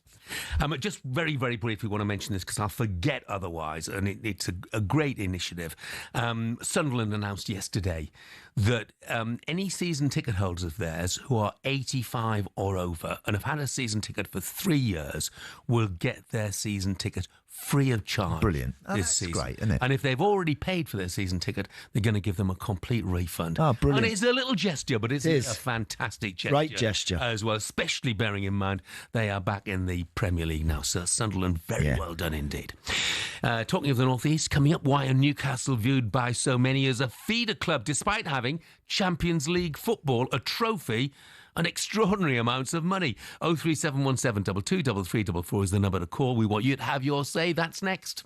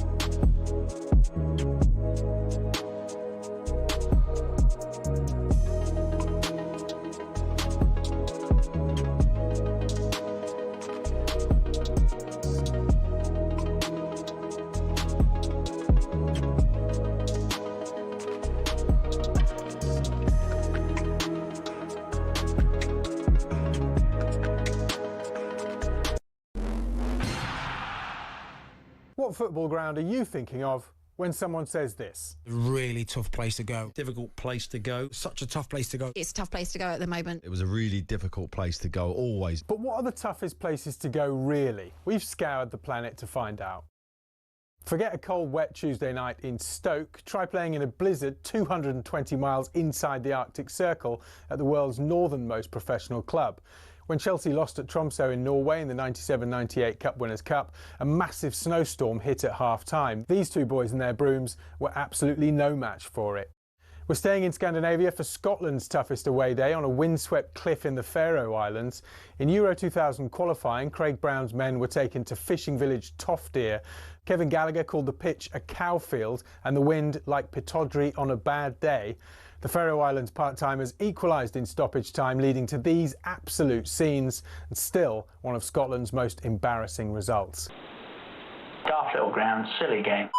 But away trips don't come any tougher than a lung-busting schlep up the Andes to face Bolivia in La Paz. But now the Bolivians have taken home advantage to another level. The country's highest city, El Alto, 4,100 metres above sea level. Grass doesn't even grow up here. Bolivia have not lost here yet. The longest unbeaten run in any professional league ever belongs to Red Star Belgrade, or Crvena Zvezda if you must. They've gone 7 years without defeat at the Rajko Mitic in Serbia's Superliga.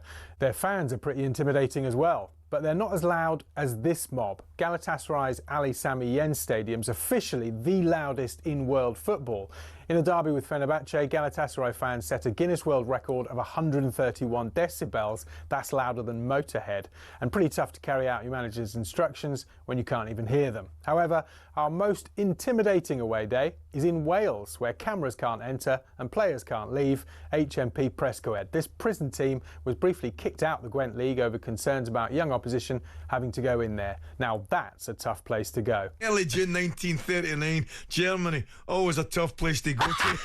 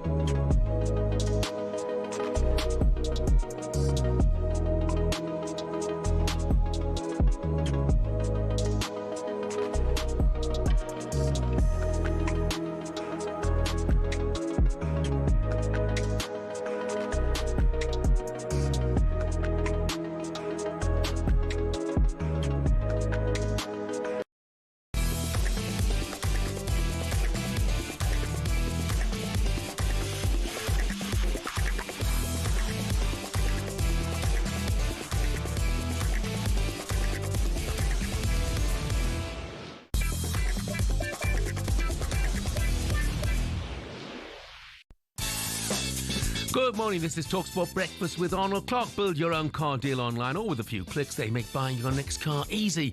I'm Jeff Stelling. Andy Townsend is with me. He asked for me to be seated further away from him as well, but here I am, 3 minutes past 9 on Wednesday, August the 6th. On the way for you this morning, we'll be joined by the former West Ham striker Tony Cottee, discussing what's been a tricky summer so far for Graham Potter. The Charlton captain Greg Docherty will join us as the Championship returns this weekend, and of course Charlton are in the Championship after their promotion under Nathan Jones last season. They kick off their campaign against Watford, and we'll finish with some Championship predictions. Now though, it's the transfer that everyone is talking about. Where will this man end up? Craig Hume to win it back, but only temporarily. Šeško trying to get the ball out from under his feet, gets the shot away. It's a superb solo goal. Šeško, I think, you know, you look at his height, his speed already, his strength. I think long-term he could be absolutely outstanding. But if you're buying him, you're not buying a finished product. You're buying a guy who is a bit rough around the edges. If he ever gets to the point of scoring 25, 30 goals in the Premier League, I would be a little surprised, if I'm being honest. I think it's more the all-round game that sells him. What would it do if Isak goes while Benjamin Sesko is an option? Definitely choose Manchester United, because it is Manchester United, and there comes a point when it's not that anymore, and you go to the clubs that are up the top of the division. Well, talkSPORT's chief football correspondent Alex Crook was just with us and gave us the latest on the saga. Well, the latest is pretty grim reading, I think, for Newcastle fans. We reported yesterday Manchester United had finally come to the table with a rival bid to Newcastle's offer, actually worth slightly less than what Newcastle are prepared to pay, €75 million plus €10 million in add-ons. And I think once this offer went in, Newcastle fans feared the worst because the brief coming out of Old Trafford, excuse me, was that Manchester United would only bid once they got buy-in from the player. And I've been told this morning Newcastle pretty resigned now to the fact that Šeško only wants to join Manchester United. No agreement between the two clubs yet, but they're working on that. But I'm told Newcastle will move on to alternative targets. Another blow for Eddie Howe. There's been a few deals that got a long way down the line that Newcastle haven't quite been able to pull off this summer. Yeah. So Benjamin Šeško, hot property, obviously. But listening there, it was Kevin Hatchard, wasn't it, right at the beginning? He's talking about somebody who is not the finished product and is a bit rough around the edges, and we're talking £80 million. I know, we're talking a lot of money. We certainly are. He's I mentioned, Jeff, he's very good technically, but still has plenty to do. You know, the debate with Newcastle and Man United, is there a club out there in the Premier League that adores their centre forward more than Newcastle United? Is there one? Look, every team and every fan loves to see their main man, their centre forward playing for their team. But Newcastle, have a history, a tradition almost of absolutely going so overboard about their strikers. They are gods. They are gods. Malcolm McDonald, Les Ferdinand, Alan Shearer, Alexander Isak. They are gods. They are adored by the Newcastle faithful. They are. So look, if again, Manchester United is incredibly difficult to ignore purely because of everything that has gone on there previously. Right now, if you are a young up-and-coming striker and you are looking, if you really believe you can get to the absolute very, very top and you wanted to go and play, I tell you, Newcastle is a very exciting place to go and play your football. It really is. Finances, I don't know. Look, United, again, may well have offered the sort of money that he's looking at and he's staring at, and he feels like he can't turn that down. And by the way, if he goes to Man United and starts knocking a few goals in, Jeff, they've had an history of adoring their strikers too. But I'm the more I think about it, for a young man at 22, still with lots of time on his side, Newcastle is not anything to turn your nose up at. It really isn't. So we'll see. I'm sure he's agonising over the call. It looks like he's favouring Manchester United, but until it's done, you never know. If I'm paying £80 million, I'm wanting the finished product. Thank you very much indeed. And if he's not, well, he could be in for a difficult season with that sort of price tag hanging around the neck of a very young man still. He's only 22 and he's not got a massively prolific goal scoring record. No. 14 and 13 in the last two Bundesliga seasons. Not bad, but not pulling up trees when you think of the goals of paying for a better club. Think of the goals that Harry Kane, for example, has scored, but admittedly at a club that creates a lot more opportunity. He might be very excited, Jeff, at the prospect of playing in and around the likes of Bruno Fernandes, of Cunha now, of Mbeumo. There are other people, the other big money signings have also come through the door. So he wouldn't be going there with absolutely all eyes just on him if he goes to Old Trafford. That, I think, is. But the same can be argued for Newcastle. He'd be playing with Anthony Gordon and Alexander Isak and Bruno Guimaraes, Joe Linton. He'll be immediately compared to Isak, who is regarded by many as pretty much the best out there right now. So look, it's what a lovely position to be in, first and foremost. What a great position for a young man to be in, that you're coveted by two clubs with a real tradition of having great strikers. Yeah. Let's get to the phone line, shall we? 03717 223344. Why is Newcastle still considered a feeder club by so many? Isn't it a more attractive proposition for players? They're in the Champions League for a start. Look at Alexander Isak and his development at the club compared to the likes, if you like, of Rasmus Hojlund and Joshua Zirkzee. Let's take a call. Andy is a Newcastle fan. Morning, Andy. Hi, Andy. Morning, Jeff. Morning, Andy. So, Andy, what do you make of it all? Why is Newcastle regarded by some as a feeder club? I don't think we're a feeder club. I think the press like to make out we are. I think there's a simple reason why players are choosing other clubs this summer, and it's wages. We can't compete wages-wise. Our top earners are on 120, 150. and they're wanting double that. Even like Brian and Bremo got 250 to go to Man United. Sesko's probably been offered 50%, maybe he's 100% more than we can give him. It's a no-brainer that he's going to choose Man United over us because, unfortunately, everyone goes to work to make money. Yeah, they do. They do.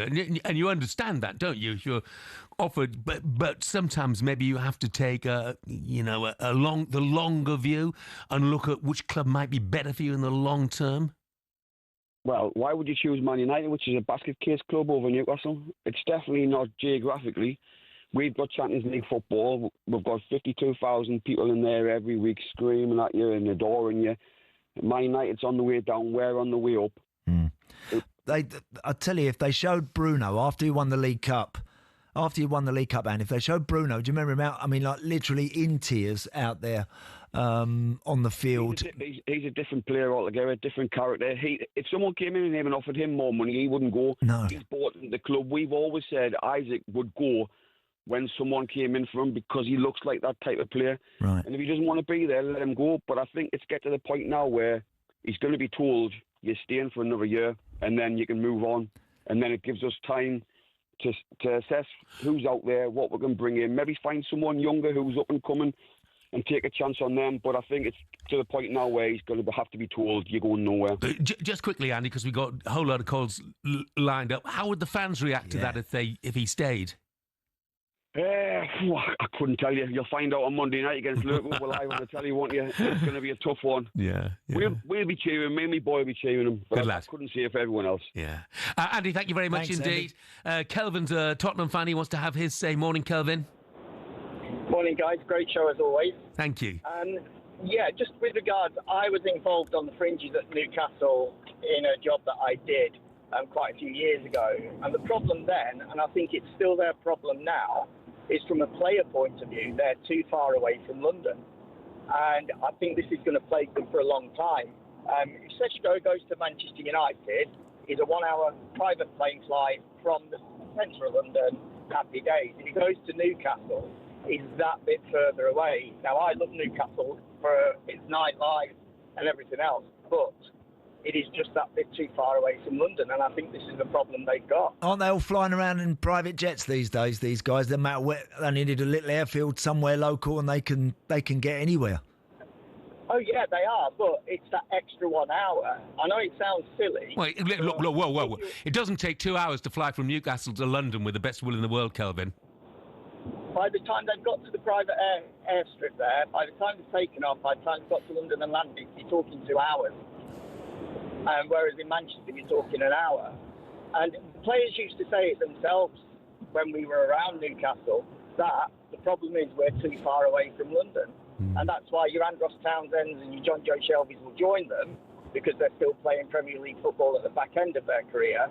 But somebody at the beginning of their career, it's not as attractive. Don't get me wrong, I'm not dissing Newcastle as a city at all.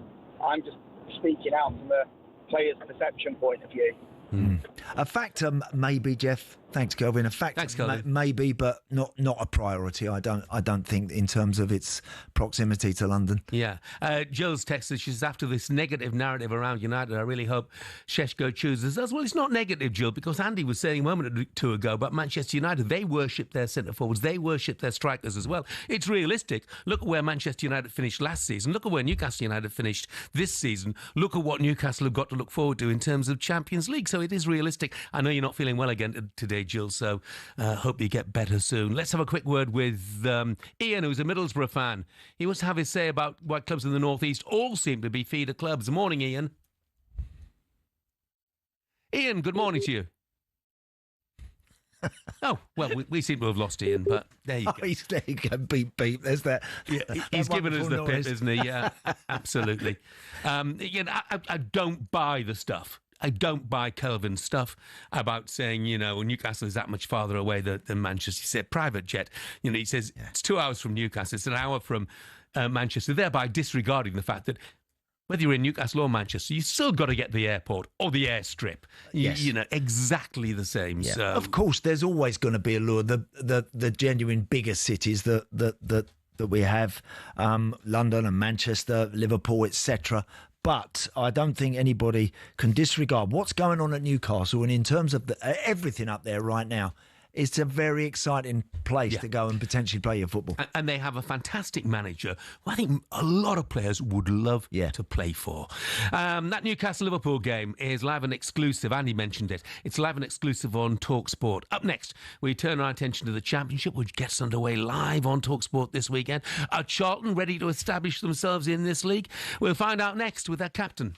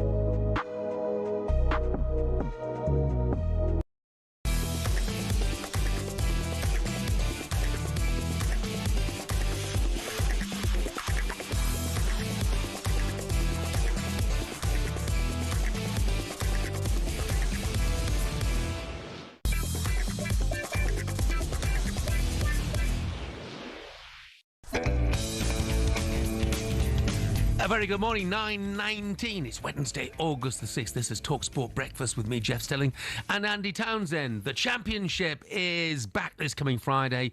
It's live on talkSPORT on Friday night. And what a game we have, by the way, to kick that Championship off as Birmingham City host Ipswich live on talkSPORT. One team promoted, of course, last year, one relegated last year. Thinking generally is that both of them will be there or thereabouts during the course of this season. Now, one club who has returned to where they believe it belongs is Charlton Athletic. Fine campaign in League One under Nathan Jones. They sealed promotion in the playoff final. They beat their London rivals, Leyton Orient. It was a real nail-biter of a final. And they start their campaign this weekend against Watford. So I'm delighted to say we're joined now by the captain of Charlton, Greg Doherty. Morning, Greg. Morning, Greg. Morning, Jeff. Morning, Andy. How are you doing, guys? Yeah, good, mate. So how are you looking forward to it? Yeah, really looking forward to it. It's really exciting. It was a quick summer for us, obviously, with the playoffs going an extra 3 weeks from the season finishing. But, you know, it was all worth it when you think back to the scenes at Wembley, and then we went to Box Park after it with our fans. And, yeah, it was a special day. But, yeah, you had to get your head quickly around it that you can't celebrate for too long because you've got the championship round the corner. Yeah. Has there been any talk of any potential targets for the season, Greg, or you just, look, listen, one, happy to be there, two, just going to be as good and as competitive as you possibly can? No, look, I think over the summer, I know the manager was saying a couple of things as well in terms of we're not here to just, he wants to compete. He's a manager that wants to do well, that's got a good track record. Us as a squad, we all believe in the project here. I think, we knew players that signed recently knew how big a club it was, but not really until we went the playoffs. We saw like the invasion in the pitch after it, the fans at Wembley, like how big this club actually is. And we want to compete, we want to push forward. We're realistic. We're not, sleepwalking into the championship thinking, it's going to be similar to last year. We might not win as many games, but we want to do well. And first and foremost, you want to solidify your status in the league, and then you want to take it from there. And you know how tight the league is. If you can get a good run together, you can never know. Well, it's always difficult, isn't it, for teams who've gone up through the playoffs, Greg, because you know where you're playing next season so much later, which means bringing in the right players for the division you're going to be playing in is more difficult. But I looked at your signings. I think there's some really pretty impressive signings there. Thomas Kaminski, Isaac Oleafi, and Charlie Kelman from QPR was brilliant for Orient last season. So I think there's some real positives in the transfers. Yeah, the recruitment's been great. And first and foremost, they're really good guys as well. And that's something that the club are big on, is getting good people in the door. They do their homework. Obviously, for me as captain, it's great when, good people are coming in the building. And they've bought into what was already a really good dressing room. And that was a massive part of why we were successful last year, is the cohesion we had was great. And that really helped us go over the lines in certain games where we're maybe up against it. So there's a real togetherness there. That the signings have come in early, which I think helps. A lot of them were there for when we went on our pre-season trip to Slovenia. And so they've managed to get a lot of sessions under the manager, and he now has implemented his ideas to them, and they've bought into it straight away, which is great. And again, for us as a team, it's only going to help us going forward. So you got Watford, Greg. Tell us who you got coming up after that. What sort of start to the season have you got? Yeah, we've got Watford at home. First game, difficult. A team that's obviously been in and around this league for a long time, up to the Premier League as well. With them away to Bristol, and we've got a couple of games. We've got QPR, and then we have Millwall as well. Yeah. It's just coming up quite fast, They'd which be is good obviously games, a lot of fans have talked about that one. Yeah, So we've got some big games. A good opening period before the international break, and a cup game in there as well. So, we've got good ambition this year. But again, we'll take it game by game, and we believe we can go and make a positive impact on this league. Yeah, a lot of derbies coming up. That is for sure. Now, look, he's not listening, so you can tell us honestly. What's Nathan Jones like to play for, Greg? Because he's a bit of a character, isn't he? Yeah, look, he's he wears his heart on his sleeve. As players, we all buy into it, I think, and the staff as well. Everyone believes in the way we go about things. One thing for sure is we go into a match day, we know we're set up for multiple scenarios, if that makes sense. We know we can adapt, and we have a way of playing. It's very it's very intense, a lot of hard running, but we pride ourselves on playing good football as well. When we want to score goals, we want the opposition to defend, and we want to be known as the team that it's difficult to play against. And I've played against these teams in the past, particularly at Luton, and I found it really, really difficult. I came away from the game thinking like I was mentally drained rather than physically. So it's good, and I think that's what we're looking to implement this season again, is that hard-working team, but we've also, like you say, with the signings and the quality we've got in the building as well, we want to show our quality and have a positive impact. I think I might have got this wrong. I hope not, Greg. You know, October the 25th, I think, away to Hull. Will that be a bit special for you? That was your last club, wasn't it? Yeah, that one's earmarked. To be fair, you know, I had a great time there. A promotion in 3 years in the Championship, but you know, I've found another home here at Charlton, which, you know, again, I really enjoyed last season, and this is my home now.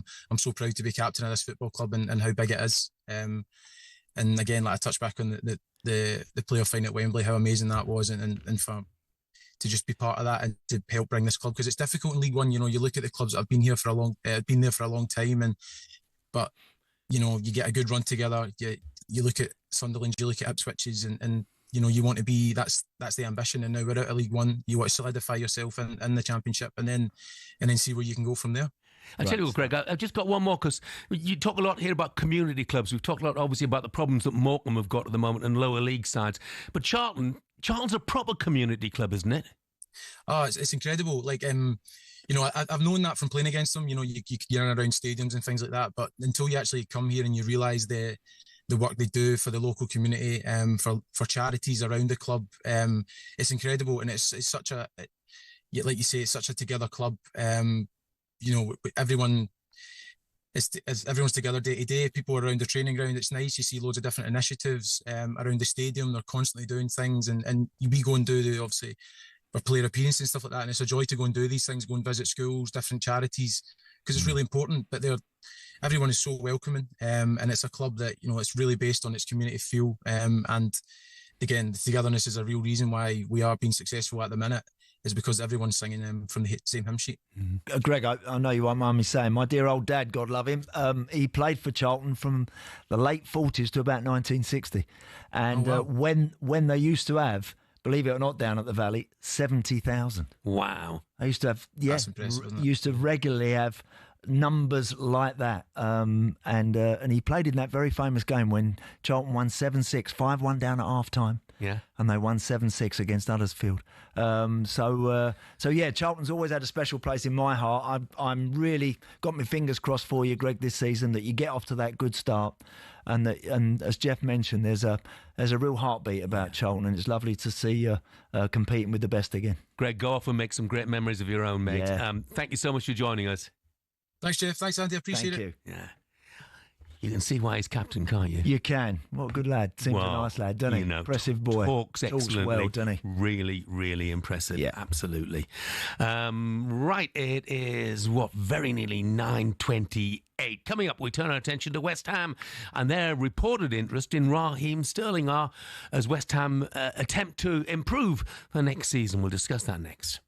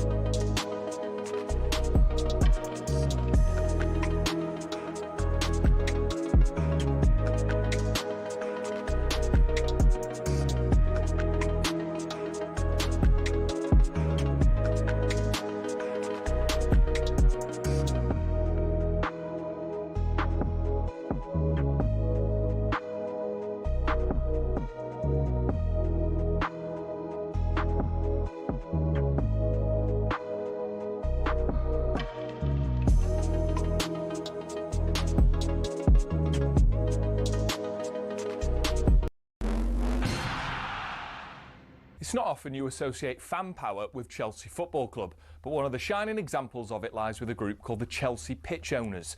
And they've proved to be the thorn in the side of owners past and present who've been dead set on moving stadiums to a larger, more lucrative piece of land. Essentially, the supporters group holds the freehold to the land on which Stamford Bridge sits. Former owner Ken Bates set it up at a time where some unruly property developers tried to evict the club from their ground. In order to prevent this, he established the CPO as a company that owned the pitch and offered the fans the chance to buy a share for £100. As well as that, they also own the rights to the name Chelsea Football Club, so if any owner wants to take them elsewhere, they can't be called Chelsea without the approval from the CPO. Now, in 2011, Roman Abramovich tried and failed to move them away from Stamford Bridge, and this has set a precedent for Todd Bowley and the current power brokers at Chelsea. They know any plan which involves moving from Stamford Bridge will require CPO approval from the now 13,000 fans who own it. There are fans who are concerned that if they stay at the bridge, they'll be left behind their domestic and European rivals who are moving to more commercially successful stadiums. But for the heritage and history lovers, Stamford Bridge is one of the iconic English stadiums, and to move away would be a grave mistake. It might not be as flashy as others, but stadiums like it have something about them that cannot be replaced. One thing's for sure, if Bowley wants to take Chelsea away from their home, he'll have to go through the CPO first.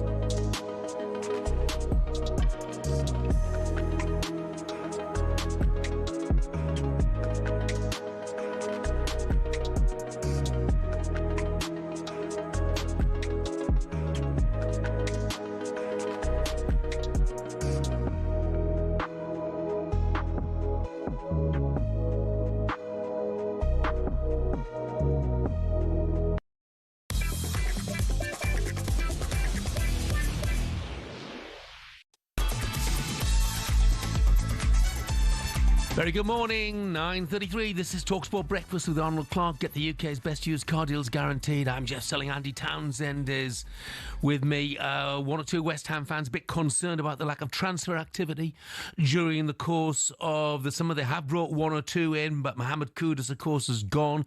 Left for Spurs for £55 million. talkSPORT sources suggest that they are interested in Raheem Sterling.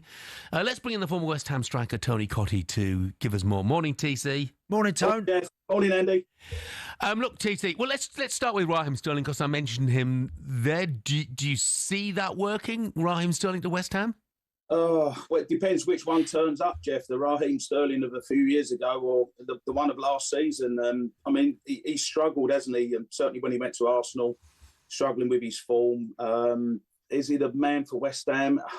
I don't know. I mean, they need a striker, but everyone needs a striker, Jeff, don't they? And, I don't see him playing as an out-and-out number 9. They've got Fulkrug there. Maybe he could fit in. You've got Bowen one side, maybe play him on the other side. But they've got Somerville to come back. And the question for me would be, is he going to be better than Somerville? And I don't think he will be. Yeah.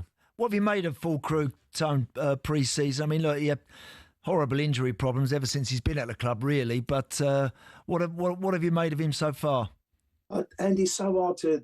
It's like asking me about what do you think of Graham Potter because he's been there such a short amount of time. Fulkrug's been injured, as you know, so much last season. They tell me he's a real presence in the dressing room. He looks like he enjoys his football. And the one thing I was really pleased about, and I don't know whether you saw the game the other night against Bournemouth, was the crosses that came in from Djerf. Right. Unbelievable. Well, crosses. he would love that, wouldn't he? He should love that. Well, exactly. If you're a centre forward, I mean, I get so frustrated nowadays watching modern football. They get the ball out wide and they don't cross it. Yeah. But the ball was going out to Djerf and he just whipped in 2 fantastic crosses that West Ham scored both goals from. TC, he was absolutely brilliant. He was brilliant. The crossing, particularly for the second goal that Jarrod Bowen sort of scuffed in, was fantastic. Yeah, but Jeff, you look at David Beckham as a great example of when the ball used to come to Becks, he just one touch, whip it in. And as a forward, you don't want the ball going out wide, check in, then going back out wide again. just put the ball in the box. Defenders hate it and forwards love it. And if I was Fulkrug, I'd be really excited. If you've got Wan-Bissaka one side, you've got Juff the other side, and you've got Bowen as well. You've got Paqueta who could make things happen. You know, there are some real positives for West Ham, but there's also a few concerns for me going forward. And you mentioned, TC, there, fans still a little bit, they're not convinced totally with what Graham Potter is trying to set out to do. What do you want to see from his team? What is it? A bit more tempo, a bit more urgency in their game? What is it that you think the West Ham faithful want to see from a Graham Potter team? I just think, Andy, you'll know this from being in the centre of midfield. They need a bit of athleticism in the midfield, I think. You know, they've got some good footballers. West Ham have always had good footballers, but they need players that can get around a little bit. And, you know, I'm not always a big fan of the sort of centre midfield player, the up and downer who can't really sort of play or pass the ball too much. But I think in modern football, you need that athleticism. And, you know, Ward-Prowse, technically top footballer. Freddie Potts played well the other day, you know, and then you look at the others who are there, Rodriguez, Souček. There's just not that dynamic midfield player. And I think that's their big problem, West Ham, and the goalkeeper as well. I think they've got to solve the goalkeeping problem. I'm not sure about Areola. You know, I haven't been for a few years, so they need to solve that problem. And if you get that midfield player in there, then I don't think West Ham are too far away. But, you know, in terms of Graham Potter, the fans will be patient, but they've got a tough start. And I know you could probably say that about everyone, but they've got 3 London derbies in their home matches. They've got Sunderland away for their first game. I mean, that's the last time you would want to play Sunderland.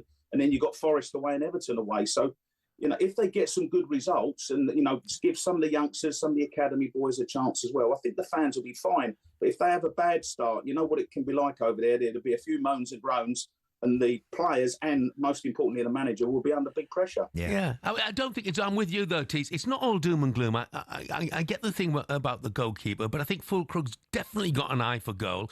You mentioned Juve, who was brilliant. Paqueta can play with a weight off his shoulders. I think you brought in Kyle Walker-Peters. You know, I think he's a terrific signing. He can cover on either side at full-back, and he has some dynamism about him. Yeah, he does, Jeff. Yeah, you know, I think he's a good player as well. You know, they put in some what you would call some really good squad players. I think they probably just need 2 or 3 that can go into the team. A goalkeeper, centre midfielder, and maybe one other player that can get, you know, the centre half. So, you know, Aguerd's come back. You know, he's a good player if you can get him mentally right. He's going to be a good, you know, good player to get back in the club. Todibo needs to improve. He was poor last season. So, you know, then there's one of them, Jeff. They're not far away, but you know, if you crash at Sunderland in that first game and then you get walloped at home to Chelsea, then, you know, you just sort of fear that it's going to be hard for West Ham to get going next season. But, Jeff, all I want is a Tottenham season from West Ham. I want them to be rubbish in the league and go and win a cup and get into Europe again. That would do me all day long. I was just about to say to you, Tone, do you see, could they do top 10? I don't think so, Andy. I mean, I think, listen, I'm a realistic West Ham fan. For me, the object for West Ham at the start of every season is to try and finish in the top 10. If you do well, you get in Europe, like we saw over the last 4 or 5 years under Moisey. And they need to have a good cup run. They've never won the League Cup, Andy. No. And the FA Cup, they haven't won it since 1980. And for me, as a West Ham fan, I want to, you know, winning that Conference League 2 years ago was a wonderful feeling as a West Ham fan. And, you know, they've got to do better in the Cups. The league form for me, it matters, but it doesn't, if you know what I mean. As long as you're not in relegation trouble, it doesn't matter. Just do well in the Cups, try and play some good football, bring the academy boys through. That's what the West Ham fans want to see. Yeah, I mean, TC, brilliant. You know what the best piece of business that West Ham have done in this transfer window is they've not sold Jared Bowen. Yeah. Absolutely, Jeff. Yeah, well, I think Danny Dyer would kill him quite simply. No, I mean, he's just such a gem, isn't he? He's a good player. Very good player. Magnificent, mate. TC... Jeff, thanks for the 60th birthday message, by the way. You know what I mean. You can tell everyone what you did. Yeah, no worries, TC. It was a pleasure, mate, and I really mean that. Thanks, Jeff. Cheers, Andy. Ta-da, mate. Well done, Tom. It was his 60th birthday. His son asked me to send him a message, so I did. And I did my little birthday message saying, I bought you a present and I'm standing next to a pair of step ladders. Loved it, absolutely loved it. I'm seeing him for a couple of shows. Good lad, Tone. Yeah, he's an absolutely top guy. Small guy, but a top guy. The other sound of laughter you can hear in the studio at the moment is Adi Oladipo's in.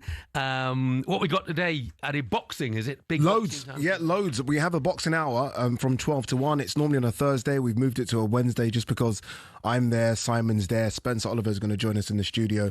And I think you guys spoke about it a bit earlier. Obviously, it's been confirmed, this rematch between Chris Eubank Jr. and Conor Benn. It was supposed to, or at least it was earmarked for September at the Tottenham Hotspur Stadium. They've now pushed it to November. And it's such a big fight. But I guess the first one was so good.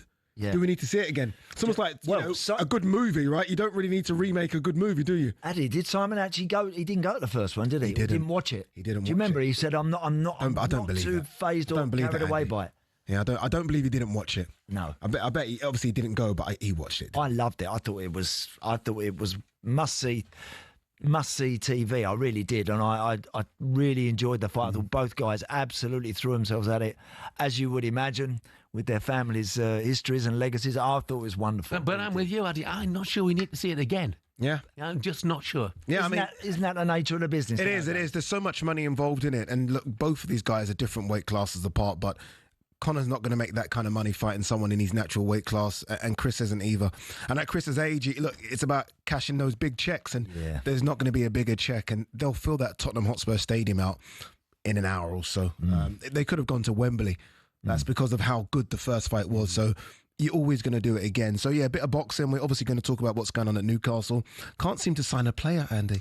I know. Yeah, Massive we've been talking club, about Champions League football. What's going on? And you'd have thought on the back of last season, as I said to Jeff, such an exciting team to watch, and I would imagine an unbelievable team to be a part of. If you're a centre forward and amongst the goals at Newcastle, you're God. You get afforded godlike status, but at the moment they're finding it difficult to get one through the door. Yeah, and Holly Varney's going to join us as well, new COO of Kick It Out. Unfortunately, the numbers are up when it comes to discrimination online, so we're going to talk about what Kick It Out can do, what we can do as well as broadcasters, and what the what the social media platforms can do, because they've got a big part to play in this, and they seem to be hiding behind everything, don't they? Yeah. The faceless accounts. What can happen? So look, busy show with Simon always should be fun, right? As well, I hope. Brilliant. Cheers, guys. Adi, thank you very much indeed. Just touching back on Newcastle for 1 second. It's a quite a long but really interesting text from an anonymous texter actually. Said, Jeff, I don't get all this talk about location. These are footballers, not tourists. What do they want? A nice house, a nice car, sure. But ultimately, it's about the facilities, the training ground, a top stadium, passionate fans, a good lifestyle, like quality restaurants and nightlife. Newcastle ticks all those boxes. People go on about airports, but the Saudis are now investing heavily into redeveloping Newcastle Airport. The real issue, though, is the training facilities. That's where we are still miles behind, and that, alongside wages, is where we struggle to compete with the top clubs. Do players concern themselves about training facilities? I think training facilities nowadays, I think you would be disappointed if you turned up at a Premier League club and didn't see an outstanding facility. Somewhere like Leicester's, Jeff. Leicester's training ground is just unbelievable. Really is fantastic state of the art. I've been to Villa's a few times. I go there, and I will go there again during the season. It's a terrific facility now. The playing surfaces, the facilities in there are absolutely first class. They really are. So if Newcastle are a bit short in that area, I think that would be something that would disappoint you a little bit if you turned up there and it's not absolutely top notch. Yeah. I've never been there. Don't know what those facilities No, I don't. are like. I don't. Just reminded, by the way, that Adi and Simon are with you from 10 o'clock. So that's in about 15 minutes' time. Coming up next, though, Adi and I will be bringing you our championship predictions next. It gets underway live and exclusive on talkSPORT on Friday. Stay tuned for that.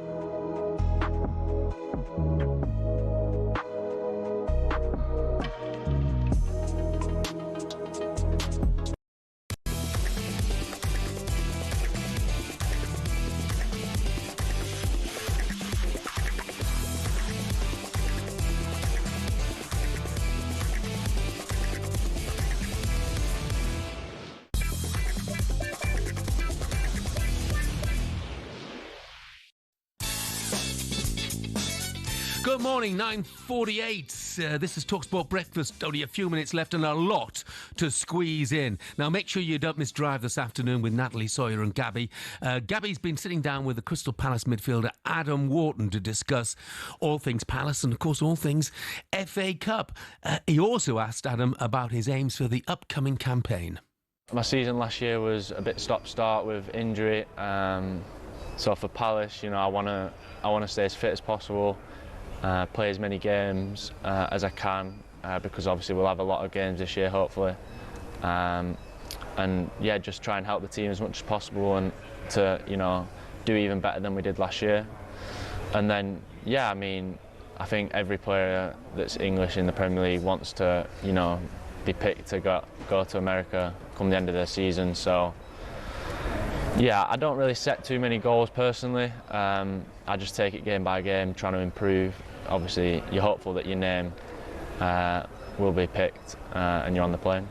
Good player, isn't he? Oh, good player. Like him a lot. Like him a lot. If he stays fit, he's got a great chance of being on that plane. He's just there's an uncomplicated way that he plays the game. He gets it.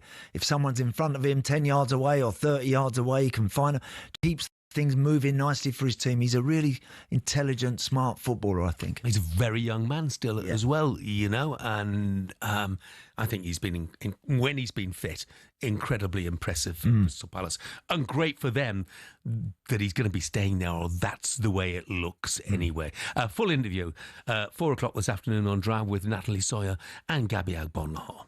Now, so after predicting Liverpool to win the league last season, and the right winners of Love Island this week, the pressure's on me as the producers have asked for our championship predictions, with the season getting underway live and exclusive on talkSPORT on Friday night. So let's start with who we think is going to win it. I assume we're going to rule Stoke City right out of the equation. We're not going to go for Stoke. I don't think all of our producers are Stoke fans. Yeah, all of them. Yeah, they are. Do you know, again, really looking forward to this. If I'm going to pick a winner, I am going to go for Ipswich. Right. Okay. What are you thinking? I'm thinking Ipswich will be top 3, maybe top 2. Right. I'm going to go for Sheffield United. Are you? They've lost Vinny Souza. They've brought in Louis Barry, who I like a lot. He's on loan from Villa, and he's scored goals wherever he's been. Losing Chris Wilder, what do you think on that? Yeah, it's a difficult one. I'm a big Chris Wilder fan. They brought in Ruben Sellers. Yeah. He's got a bit to prove. Yep. But I think if I can see Sheffield, I think they're a big price. That's all I'd say at the moment. Right. So if you think Ipswich are going to win the league, I think Sheffield United. Who else do you think is going to go up? I'm so looking forward to seeing how Wrexham are going to fare in this sort of competition now. And again, I think some of their signings have been very good, very astute. I like Connor Code. I've always thought he's a really good footballer. And again, good talker, good organiser. Not the quickest, of course, but never has been really. But has always been a very good footballer. I think he's a good signing for them. Big Kiefer Moore, again, is a an established footballer really at this sort of level, and I think can go on and prove that he can be a very notable signing. They've made some good. Are you telling me Wrexham are going to be in the Premier League next season? The season after this one? I tell you, I've got a feeling they're going to be in the playoffs, Jeff. And from there, you just don't know. You never know. Yeah, I completely agree. I've got them in the playoffs as well. And Josh Windass is in there. Yeah, Josh Windass as well, another good player. Phil Parkinson, he's such a solid boy, Phil. He's such a great lad. And again, no coach will work harder during the season than Phil to try and ensure his team are giving everything they got. Yeah. So you reckon the players? So what about the second automatic promotion spot? I'm going to tell you mine. Go on. And they've not done much business as far as I can see. But Coventry under Frank Lampard had a brilliant second half of the season. Yeah. They were very unlucky in the playoffs against Sunderland. Yeah. And I think Coventry, for me, can go up automatically with Sheffield United. Yes, I do totally agree with them. With that, Coventry, I thought Frank did a really good job last season. They've got some excellent players. Haji Wright, if he can be fit this time round, I think he's a really good player. So I wouldn't argue with that, Jeff, in terms of Coventry being in there. I think they've shown last season when they were very unlucky in those playoff matches, when let's be honest. They're probably the better team over both of those games. Yeah. And I'm fascinated a little bit with Will Still, that whole story about him. Southampton, again, a team that, because they've been relegated, they should be in and around it. But I'm not sure they'll go up. I don't see them as automatics. No, I see a playoff. Do you? I'm not sure.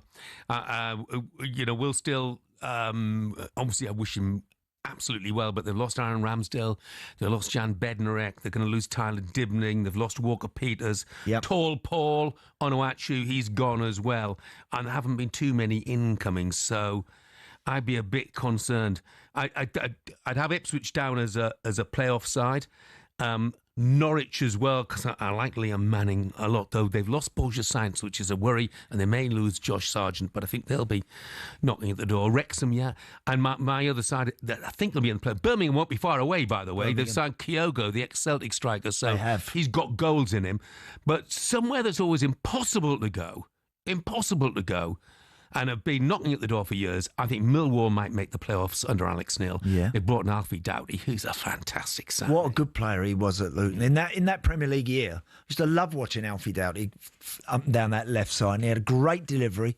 He kind of looked a little bit of a throwback fullback, didn't he? He Alfie? did. You know, he very much did. He's got his own sort of style, but I tell you, I think he's a very talented boy on the ball. So, again, Millwall, you're right, not an easy place to go and play. My old team, Norwich, interested to see how they're going to do. They've, of course, have had Premier League pedigree. They know what it takes to get a promotion. Are they ready to do it this time round? They'll probably have to have a really good run to get into those playoffs. John Mousinho at Portsmouth, good coach, Jeff. Hard-working coach, but they're going to be... Might have a struggle. They might have a struggle, to get anywhere in and around that. I mean, if you looked at that bottom end, I think if Sheffield Wednesday finish anywhere out of the bottom three, they've pulled up trees. They will have done. I mean, considering what they're all going through and what they've been through this summer, it's been a disaster for them, really. It was interesting listening to Barry Bannon recently about what's going on there. I think you're right. I think for them just to have some sort of stability will be what it's all about for them. But I think you're right. I think I personally think Ipswich, Coventry, Birmingham are probably any two out of those three. I think will go up automatically. Yeah.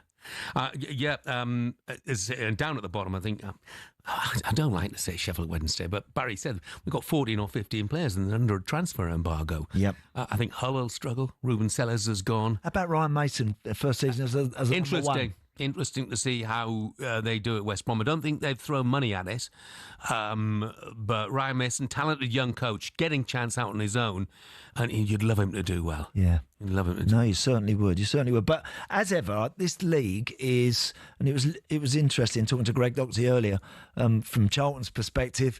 Nathan Jones is a demanding coach. Yeah. He's had quite a few clubs in recent years, Nathan, but it looks like he's now finally getting settled and very much aware of the job in hand at Charlton. As Greg said, the boys are buying into it all, and they will want to be as competitive as they can be.